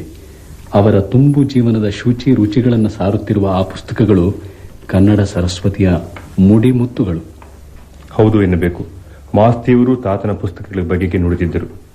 ಸಂಗೀತ ಶಾಸ್ತ್ರ ವಿಶಾರದ ಕಲಾನಿಧಿ ಆಗಿದ್ದ ಶ್ರೀ ವಾಸುದೇವಾಚಾರ್ಯರು ಸಾಹಿತ್ಯದಲ್ಲೂ ಶಾಸ್ತ್ರ ವಿಶಾರದ ಕಲಾನಿಧಿ ಆಗಿದ್ದರು. ಈ ಮಾತಿಗೆ ಅವರ ನಾ ಕಂಡ ಕಲಾವಿದರು ನೆನಪುಗಳು ಎಂಬ ಈ 2 ಪುಸ್ತಕ ಸಾಕ್ಷಿ. ಹೆಸರು ಬೇರೆ ಬೇರೆ ಆದರೂ 2 ನೆನಪಿನ ಪುಸ್ತಕಗಳೇ. ನಾ ಕಂಡ ಕಲಾವಿದರು ಆಚಾರ್ಯರ 91ನೆಯ ಜನ್ಮದಿನಕ್ಕೆಂದು ಪ್ರಕಟವಾಯಿತು. 97ನೆಯ ಹುಟ್ಟಿದ ಹಬ್ಬಕ್ಕೆ ಪ್ರಕಟಿಸಲೆಂದು ಸಿದ್ಧವಾದ ನೆನಪುಗಳು ಹೊರಬರುವ ಮುನ್ನ ಹಬ್ಬದ ದಿನಕ್ಕೆ ಹಿಂದಿನ ರಾತ್ರಿ ಆಚಾರ್ಯರ ಇಹಲೋಕ ಯಾತ್ರೆ ಮುಗಿಯಿತು. ವ್ಯವಸಾಯದ ಕ್ಷೇತ್ರ ಸಂಗೀತ ಆದದ್ದರಿಂದ ಇವರು ಸಾಹಿತ್ಯದಲ್ಲಿ ದುಡಿಯಲಿಲ್ಲ. ಆದರೆ ಹತ್ತಿರ ಕುಳಿತವರಿಗೆ ತಮ್ಮ ಅನುಭವದ ಸಂಗತಿಗಳನ್ನು ಕಥೆಯಾಗಿ ಅನೇಕ ವೇಳೆ ಹೇಳುತ್ತಿದ್ದರು. ಅಂಥ ವೇಳೆಯಲ್ಲ ಇವರ ಮಾತು ಎಷ್ಟು ಚೆನ್ನ ಎಂದು ಮನುಷ್ಯ ಶ್ರೋತೃಗಳಿಗೆ ತಿಳಿಯುತ್ತಿತ್ತು. ತಮ್ಮ ಅನುಭವದ ವಿಷಯ ಕೆಲವನ್ನಾದರೂ ಬರೆದಿಡೋಣ ಎಂದು ತೋರಿ ಆಚಾರ್ಯರು ತಮ್ಮ ಕಡೆಯ ವರ್ಷಗಳಲ್ಲಿ ತಮ್ಮ ನೆನಪುಗಳನ್ನು ಹೇಳಿ ಮೊಮ್ಮಕ್ಕಳ ಕೈಯಲ್ಲಿ ಬರೆಸಿ ಈ 2 ಪುಸ್ತಕಗಳನ್ನು ಕನ್ನಡಕ್ಕೆ ಕಾಣಿಕೆಯಾಗಿ ಕೊಟ್ಟರು. 2 ಆಚಾರ್ಯರ ಅಪೂರ್ವ ವ್ಯಕ್ತಿತ್ವ, ಅಪೂರ್ವ ರಸಿಕತೆಯ ಪ್ರಭಾವದಿಂದ ರಸದ 2 ಮಡುವಾಗಿವೆ. ದಿವಾನ್ ರಂಗಾಚಾರ್ಯರ ಕರ್ತವ್ಯ ನಿಷ್ಠೆ, ಮಹಾರಾಜ ಚಾಮರಾಜ ಒಡೆಯರ ಕೊನಷ್ಟಿಯ ನಗುಸಾರ, ಅಮ್ಮಿಲ್ ನರಸಿಂಹಯ್ಯಂಗಾರರ ದರ್ಪಯುಕ್ತ ಸೌಜನ್ಯ, ಸಂಗೀತಕಾರರನ್ನು ಕುರಿತು ಅರಮನೆಯ ಅಧಿಕಾರಿಗಳಲ್ಲಿದ್ದ ಅಸಡ್ಡೆ, ಅರಮನೆಯಲ್ಲಿಯ ಕ್ಷುರಧಾರ ಜೀವನ, ಅರಸು ಮಕ್ಕಳ ಮನೆಯಲ್ಲಿಯ ಉಬ್ಬಟೆಯ ಶ್ರೀಮಂತಿಕೆ, ಅಂದಿನ ನಾಟಕ, ಕೋಟೆ ಪೇಟೆಯ ಜೀವನ, ಬೆಂಗಳೂರು ಶ್ರೀರಂಗಪಟ್ಟಣ ಇಂಥ ಊರುಗಳ ರಸಿಕರ ಕ್ರಮ ಇತ್ಯಾದಿ ಇತ್ಯಾದಿ ಈ 2 ಸಣ್ಣ ಪುಸ್ತಕಗಳಲ್ಲಿ 100 ಸ್ವಾರಸ್ಯ ಸಂಗತಿ ಅಡಗಿವೆ. 24 ಗಂಟೆಯೂ ಶೇಷಣ್ಣನವರಿಗೆ ಒಂದೇ ಯೋಚನೆ, ಅದೇ ವೀಣೆ. ವೀಣೆಯ ಶಕ್ತಿಗೆ ತಕ್ಕಂತೆ ನುಡಿಸಬಲ್ಲ ಪುಣ್ಯಾತ್ಮನು ಉಂಟೇ ಎನ್ನುತ್ತಿದ್ದರು ಶೇಷಣ್ಣನವರು. ಸುಬ್ಬಣ್ಣ ಗಂಧರ್ವಾಂಶ ಸಂಭೂತರು, ರಸಿಕ ಶಿಖಾಮಣಿ, ಸದಾ ಹಸನ್ಮುಖಿ, ಮಲ್ಲಿಗೆಯ ಹೂವಿನ ಹಾರದ ತುಂಡು ಒಂದು ಸದಾ ಕಿಸಿಯಲ್ಲಿರಬೇಕು. ಬಿಡಾರಂ ಕೃಷ್ಣಪ್ಪನವರಿಗೆ ಪ್ರತಿಸ್ಪರ್ಧಿ ಗಾಯಕರು ಅಡಿಗಡಿಗೆ ಕಿರುಕುಳ ಕೊಡುತ್ತಿದ್ದರು. ಇದೆಲ್ಲದರಿಂದ ಕೃಷ್ಣಪ್ಪನವರಿಗೆ ಏನೂ ತೊಂದರೆ ಆಗಲಿಲ್ಲ. ಅವರ ವಿದ್ವತ್ತು ಹೆಚ್ಚಿ ಪ್ರಕಾಶಕ್ಕೆ ಬರಲು ಅವಕಾಶವಾಯಿತು. ವಿದ್ಯಾರ್ಥಿಗಳಿಗೆ ಶಿಕ್ಷಣ ಎಷ್ಟು ಅಗತ್ಯವೋ ಕೇಳ್ಮೆಯೂ ಅಷ್ಟೇ ಅವಶ್ಯಕ ಎನ್ನುವುದು ರಾಮನಾಡ್ ಶ್ರೀನಿವಾಸ ಅಯ್ಯಂಗಾರ್ ಅವರ ಅಭಿಪ್ರಾಯ. ಈ ಕಾರಣದಿಂದ ಅವರು ಬೆಳಗೆಲ್ಲ ಒಂದು ರಾಗವನ್ನು ತಾನು ಹಾಡಿ ತೋರಿಸಿ ಆಮೇಲೆ ಶಿಷ್ಯರನ್ನು ಎಲ್ಲಿ ಈಗ ಹಾಡಿ ಎಂದು ಅಭ್ಯಾಸಕ್ಕೆ ಹೂಡುವರು. ಒಂದು ಸಲ ಸಾಹಿತ್ಯ ತಪ್ಪಿ ಹಿರಿಯರು ಕೋಪಿಸಿಕೊಂಡದ್ದು ತಿಳಿದು ಮೂಗೂರು ಸುಬ್ಬಣ್ಣ ಯಾವ ಕೀರ್ತನೆಯನ್ನು ಹಾಡಬೇಕೆಂದರೂ ಆಮೇಲೆ ಶ್ರೀ ಸೋಸಲೆ ಗರಡಪುರಿ ಶಾಸ್ತ್ರಿಗಳ ಬಳಿಗೆ ಹೋಗಿ ಸಾಹಿತ್ಯದ ಅರ್ಥವನ್ನು ವಿವರವಾಗಿ ತಿಳಿದುಕೊಂಡು ಬರುವುದಕ್ಕೆ ಮೊದಲು ಮಾಡಿದರು. ಮಹಾವೈದ್ಯನಾಥ ಅಯ್ಯರವರ ಸಂಗೀತ ಮಿಂಚಿನ ವೇಗದಲ್ಲಿ ಧಾವಿಸುವ ಜೂಜಿನ ಕುದುರೆ. ಪಟ್ನಂ ಸುಬ್ರಹ್ಮಣ್ಯ ಅಯ್ಯರವರದು ರಾಜಮರ್ಯಾದೆಯೊಡನೆ ಗಾಂಭೀರ್ಯದ ಗಣಿಯಾಗಿ ಮಂದ ಗಮನದಲ್ಲಿ ಬರುವ ಪಟ್ಟದ ಆನೆ. ತಿರುಕೋಡಿ ಕಾವಲ್ ಕೃಷ್ಣಯ್ಯರ್ ಈ ಇಬ್ಬರೊಡನೆ ಇವರಿಗೆ ಸರಿಯಾಗಿ ಇವರಿಗೆ ಅವರಿಗೆ ಸರಿಯಾಗಿ ಅವರಿಗೆ ತಮ್ಮ ಪಿಟೀಲು ನುಡಿಸಬಲ್ಲರು. ಹೀಗೆ ನುಡಿಸುವಲ್ಲೇ ಒಂದೊಂದು ವೇಳೆ ತಾನು ಇಬ್ಬರ ಸಂಗೀತವನ್ನು ಮೀರಿಸುವ ವೈಖರಿಯಿಂದ ಶ್ರೋತೃಗಳನ್ನು ಬೆರಗುಗೊಳಿಸುತ್ತಿದ್ದರು. ಸದಾಶಿವರಾಯರು ತೀರಿಕೊಂಡ ಗಳಿಗೆಯಲ್ಲಿ ಮನೆಯಲ್ಲಿ ಮೂಲೆ ಮೂಲೆಯಲ್ಲಿದ್ದ ವೀಣೆ ತಂಬೂರಿಗಳು ತಂತಿಗಳು ತಮ್ಮಷ್ಟಕ್ಕೆ ತಾವೇ ಮೊಳಗಿ ಕಡಿದು ಬಿದ್ದುವಂತೆ. ಉಪಾಧ್ಯಾಯರಾಗಿದ್ದ ಪದ್ಮನಾಭಯ್ಯನವರು ತಮ್ಮ ವಿದ್ಯಾರ್ಥಿನಿಯರು ವೀಣೆಯನ್ನು ಸರಿಯಾಗಿ ನುಡಿಸಲಿಲ್ಲ ಎಂಬ ಬೇಸರದಲ್ಲಿ ಮುಸುರೆ ತಿಕ್ಕೋ ಕೈಯಲ್ಲಿ ವೀಣೆ ನುಡಿಸಬೇಕು ಅಂದರೆ ಹೇಗಾಗುತ್ತೆ ಎಂದರಂತೆ. ಎಂದವರೇ ತಮ್ಮ ಮಾತು ಎಷ್ಟು ತಪ್ಪು ಎಂದು ಮನಮುಟ್ಟಿ ಮೇಲಿನ ಅಧಿಕಾರಿಗಳ ಬಳಿಗೆ ಹೋಗಿ ಹೀಗೆ ಹೇಳಿಬಿಟ್ಟೆ, ನನ್ನನ್ನು ಕೆಲಸದಿಂದ ತೆಗೆದು ಬಿಡಿರಿ ಎಂದು ಬೇಡಿದರಂತೆ. ನಾಗರತ್ನಮ್ಮನವರಲ್ಲಿ ರೂಪ, ವಿದ್ಯೆ, ಸಂಪತ್ತು ಮೂರೂ ಮನೆ ಮಾಡಿಕೊಂಡಿದ್ದವು. ಇದ್ದು ಆಕೆ ವಿನಯ ನಿಧಿಯಾಗಿದ್ದರು. ಆಕೃತಿ, ನಡೆಗೆ, ಹಾಡುವ ವೇಳೆಯ ಅಂಗವಿನ್ಯಾಸ ಇವುಗಳನ್ನು ನೋಡಿ ಜನ ವರದಾಚಾರ್ಯರನ್ನು ಟೈಗರ್ ಎಂದು ಕರೆದರು. ಈ ವ್ಯಾಘ್ರಮುಖ ಗೋವು ಆ ಹಾಸ್ಯದಲ್ಲಿ ತಾನು ಸೇರಿ ತನ್ನ ಪತ್ರ ವ್ಯವಹಾರದ ಪುಸ್ತಕಗಳಲ್ಲಿ ಟೈಗರ್ ಲಯನ್ ವರದಾಚಾರ್ಯ ಎಂದು ಬಿರುದನ್ನು ಅಚ್ಚುಹಾಕಿಸಿಕೊಂಡರು. ಸಂಗೀತ ಕಲಾವಿದರಲ್ಲದೆ ನಟವರ ವರದಾಚಾರ್ಯ ಕೃಷ್ಣಮೂರ್ತಿ, ಅರಮನೆ ಕರುಹಟ್ಟಿಯ ದರೋಗ ಚೆಲುವೆಯನವರು ಇಂಥ ಇತರ ಮಹನೀಯರನ್ನು ಕುರಿತು ಸ್ವಾರಸ್ಯವಾದ ವಿಷಯಗಳು ಈ ಸಣ್ಣ ಪುಸ್ತಕಗಳಲ್ಲಿ ದೊರೆಯುತ್ತವೆ. ಇಲ್ಲಿ ಪೂಜ್ಯಭಾವ, ಇಲ್ಲಿ ಹಾಸ್ಯ, ಇಲ್ಲಿ ಕನಿಕರ, ಇಲ್ಲಿ ಮೆಚ್ಚುಗೆ, ಇಲ್ಲಿ ಆತ್ಮವಿಶ್ವಾಸ, ಹೀಗೆ ಈ ಪುಸ್ತಕಗಳಲ್ಲಿ ಒಂದು ಪರಿವ್ಯಕ್ತ ಚೇತನದ ಪರಿಶುದ್ಧ ಭಾವಗಳು ಸುಂದರವಾದ ಶಬ್ದಗಳಲ್ಲಿ ರೂಪುಗೊಂಡಿವೆ. ತಾತನವರು ಸರಸ್ವತಿಯ ವರಪುತ್ರರು ಕೃಷ್ಣಮೂರ್ತಿ. ಕನ್ನಡ ನಾಡಿನ ಸಂಸ್ಕಾರ ಸಂಸ್ಕೃತಿಗಳ ಪ್ರತೀಕವಾಗಿ ನಿಂತವರು. ಗಂಧರ್ವ ಗಾನಕ್ಕೆ ಅವರು ನಡೆಸಿದ ತಪಸ್ಸಿನ ಫಲವನ್ನ ನಮ್ಮ ನಾಡು ಬಹುಕಾಲ ಸವಿಯುತ್ತದೆ. ಪರಮಾತ್ಮನ ಕೃಪೆಯನ್ನು ಪಡೆಯಲು ಗಾಂಧರ್ವ ವಿದ್ಯಾದ ಸಂಗೀತಕ್ಕಿಂತ ಹಿರಿದು ಬೇರೆ ಇಲ್ಲ ಅಂತ ತಾತನ ದೃಢ ನಂಬಿಕೆ. ನಾಹಂ ವಸಾಮಿ ವೈಕುಂಠೇ ನಯೋಗಿ ಹೃದಯೇರವೋ ಮದ್ಭಕ್ತಾಃ ಯತ್ರ ಗಾಯಂತಿ ತತ್ರ ತಿಷ್ಠಾಮಿ ನಾರದ. ನನಾದೇನ ವಿನಾ ಗೀತಂ ನನಾದೇನ ವಿನಾ ಸ್ವರಃ ನಾದೇನ ವಿವ್ಯಜ್ಯತೆ ವರ್ಣಃ ಪದಂ ವರ್ಣಾತ್ ಪದಾದ್ವಚಃ ವಚಸೋ ವ್ಯವಹಾರೋಯಂ ನಾದಾಧೀನಮತೋ ಜಗತಿ. ಶಿಶುರ್ವೇತ್ತಿ ಪಶುರ್ವೇತ್ತಿ ವೇತ್ತಿ ಗಾನರಸಂಫಣಿ ಕಲೌ ಗಾನಪ್ರಿಯೋ ಹರಿಃ.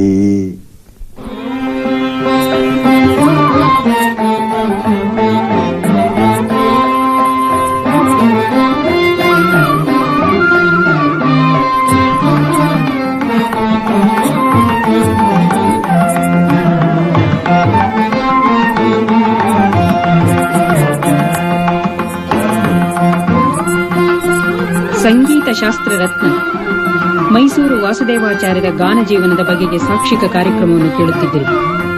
ನಿರೂಪಣೆ ಎಚ್ಆರ್ ಮಾಲತಿ ಮತ್ತು ಎಚ್ಕೆ ರಂಗನಾಥ್. ಪ್ರಸಾರ ಸಹಾಯಕರು ಎಸ್ ಶಿವರಾಮ್. ನಿಯೋಜನೆ ಮತ್ತು ಪ್ರಸಾರ ಎಸ್ ಕೃಷ್ಣಮೂರ್ತಿಯವರಿಂದ.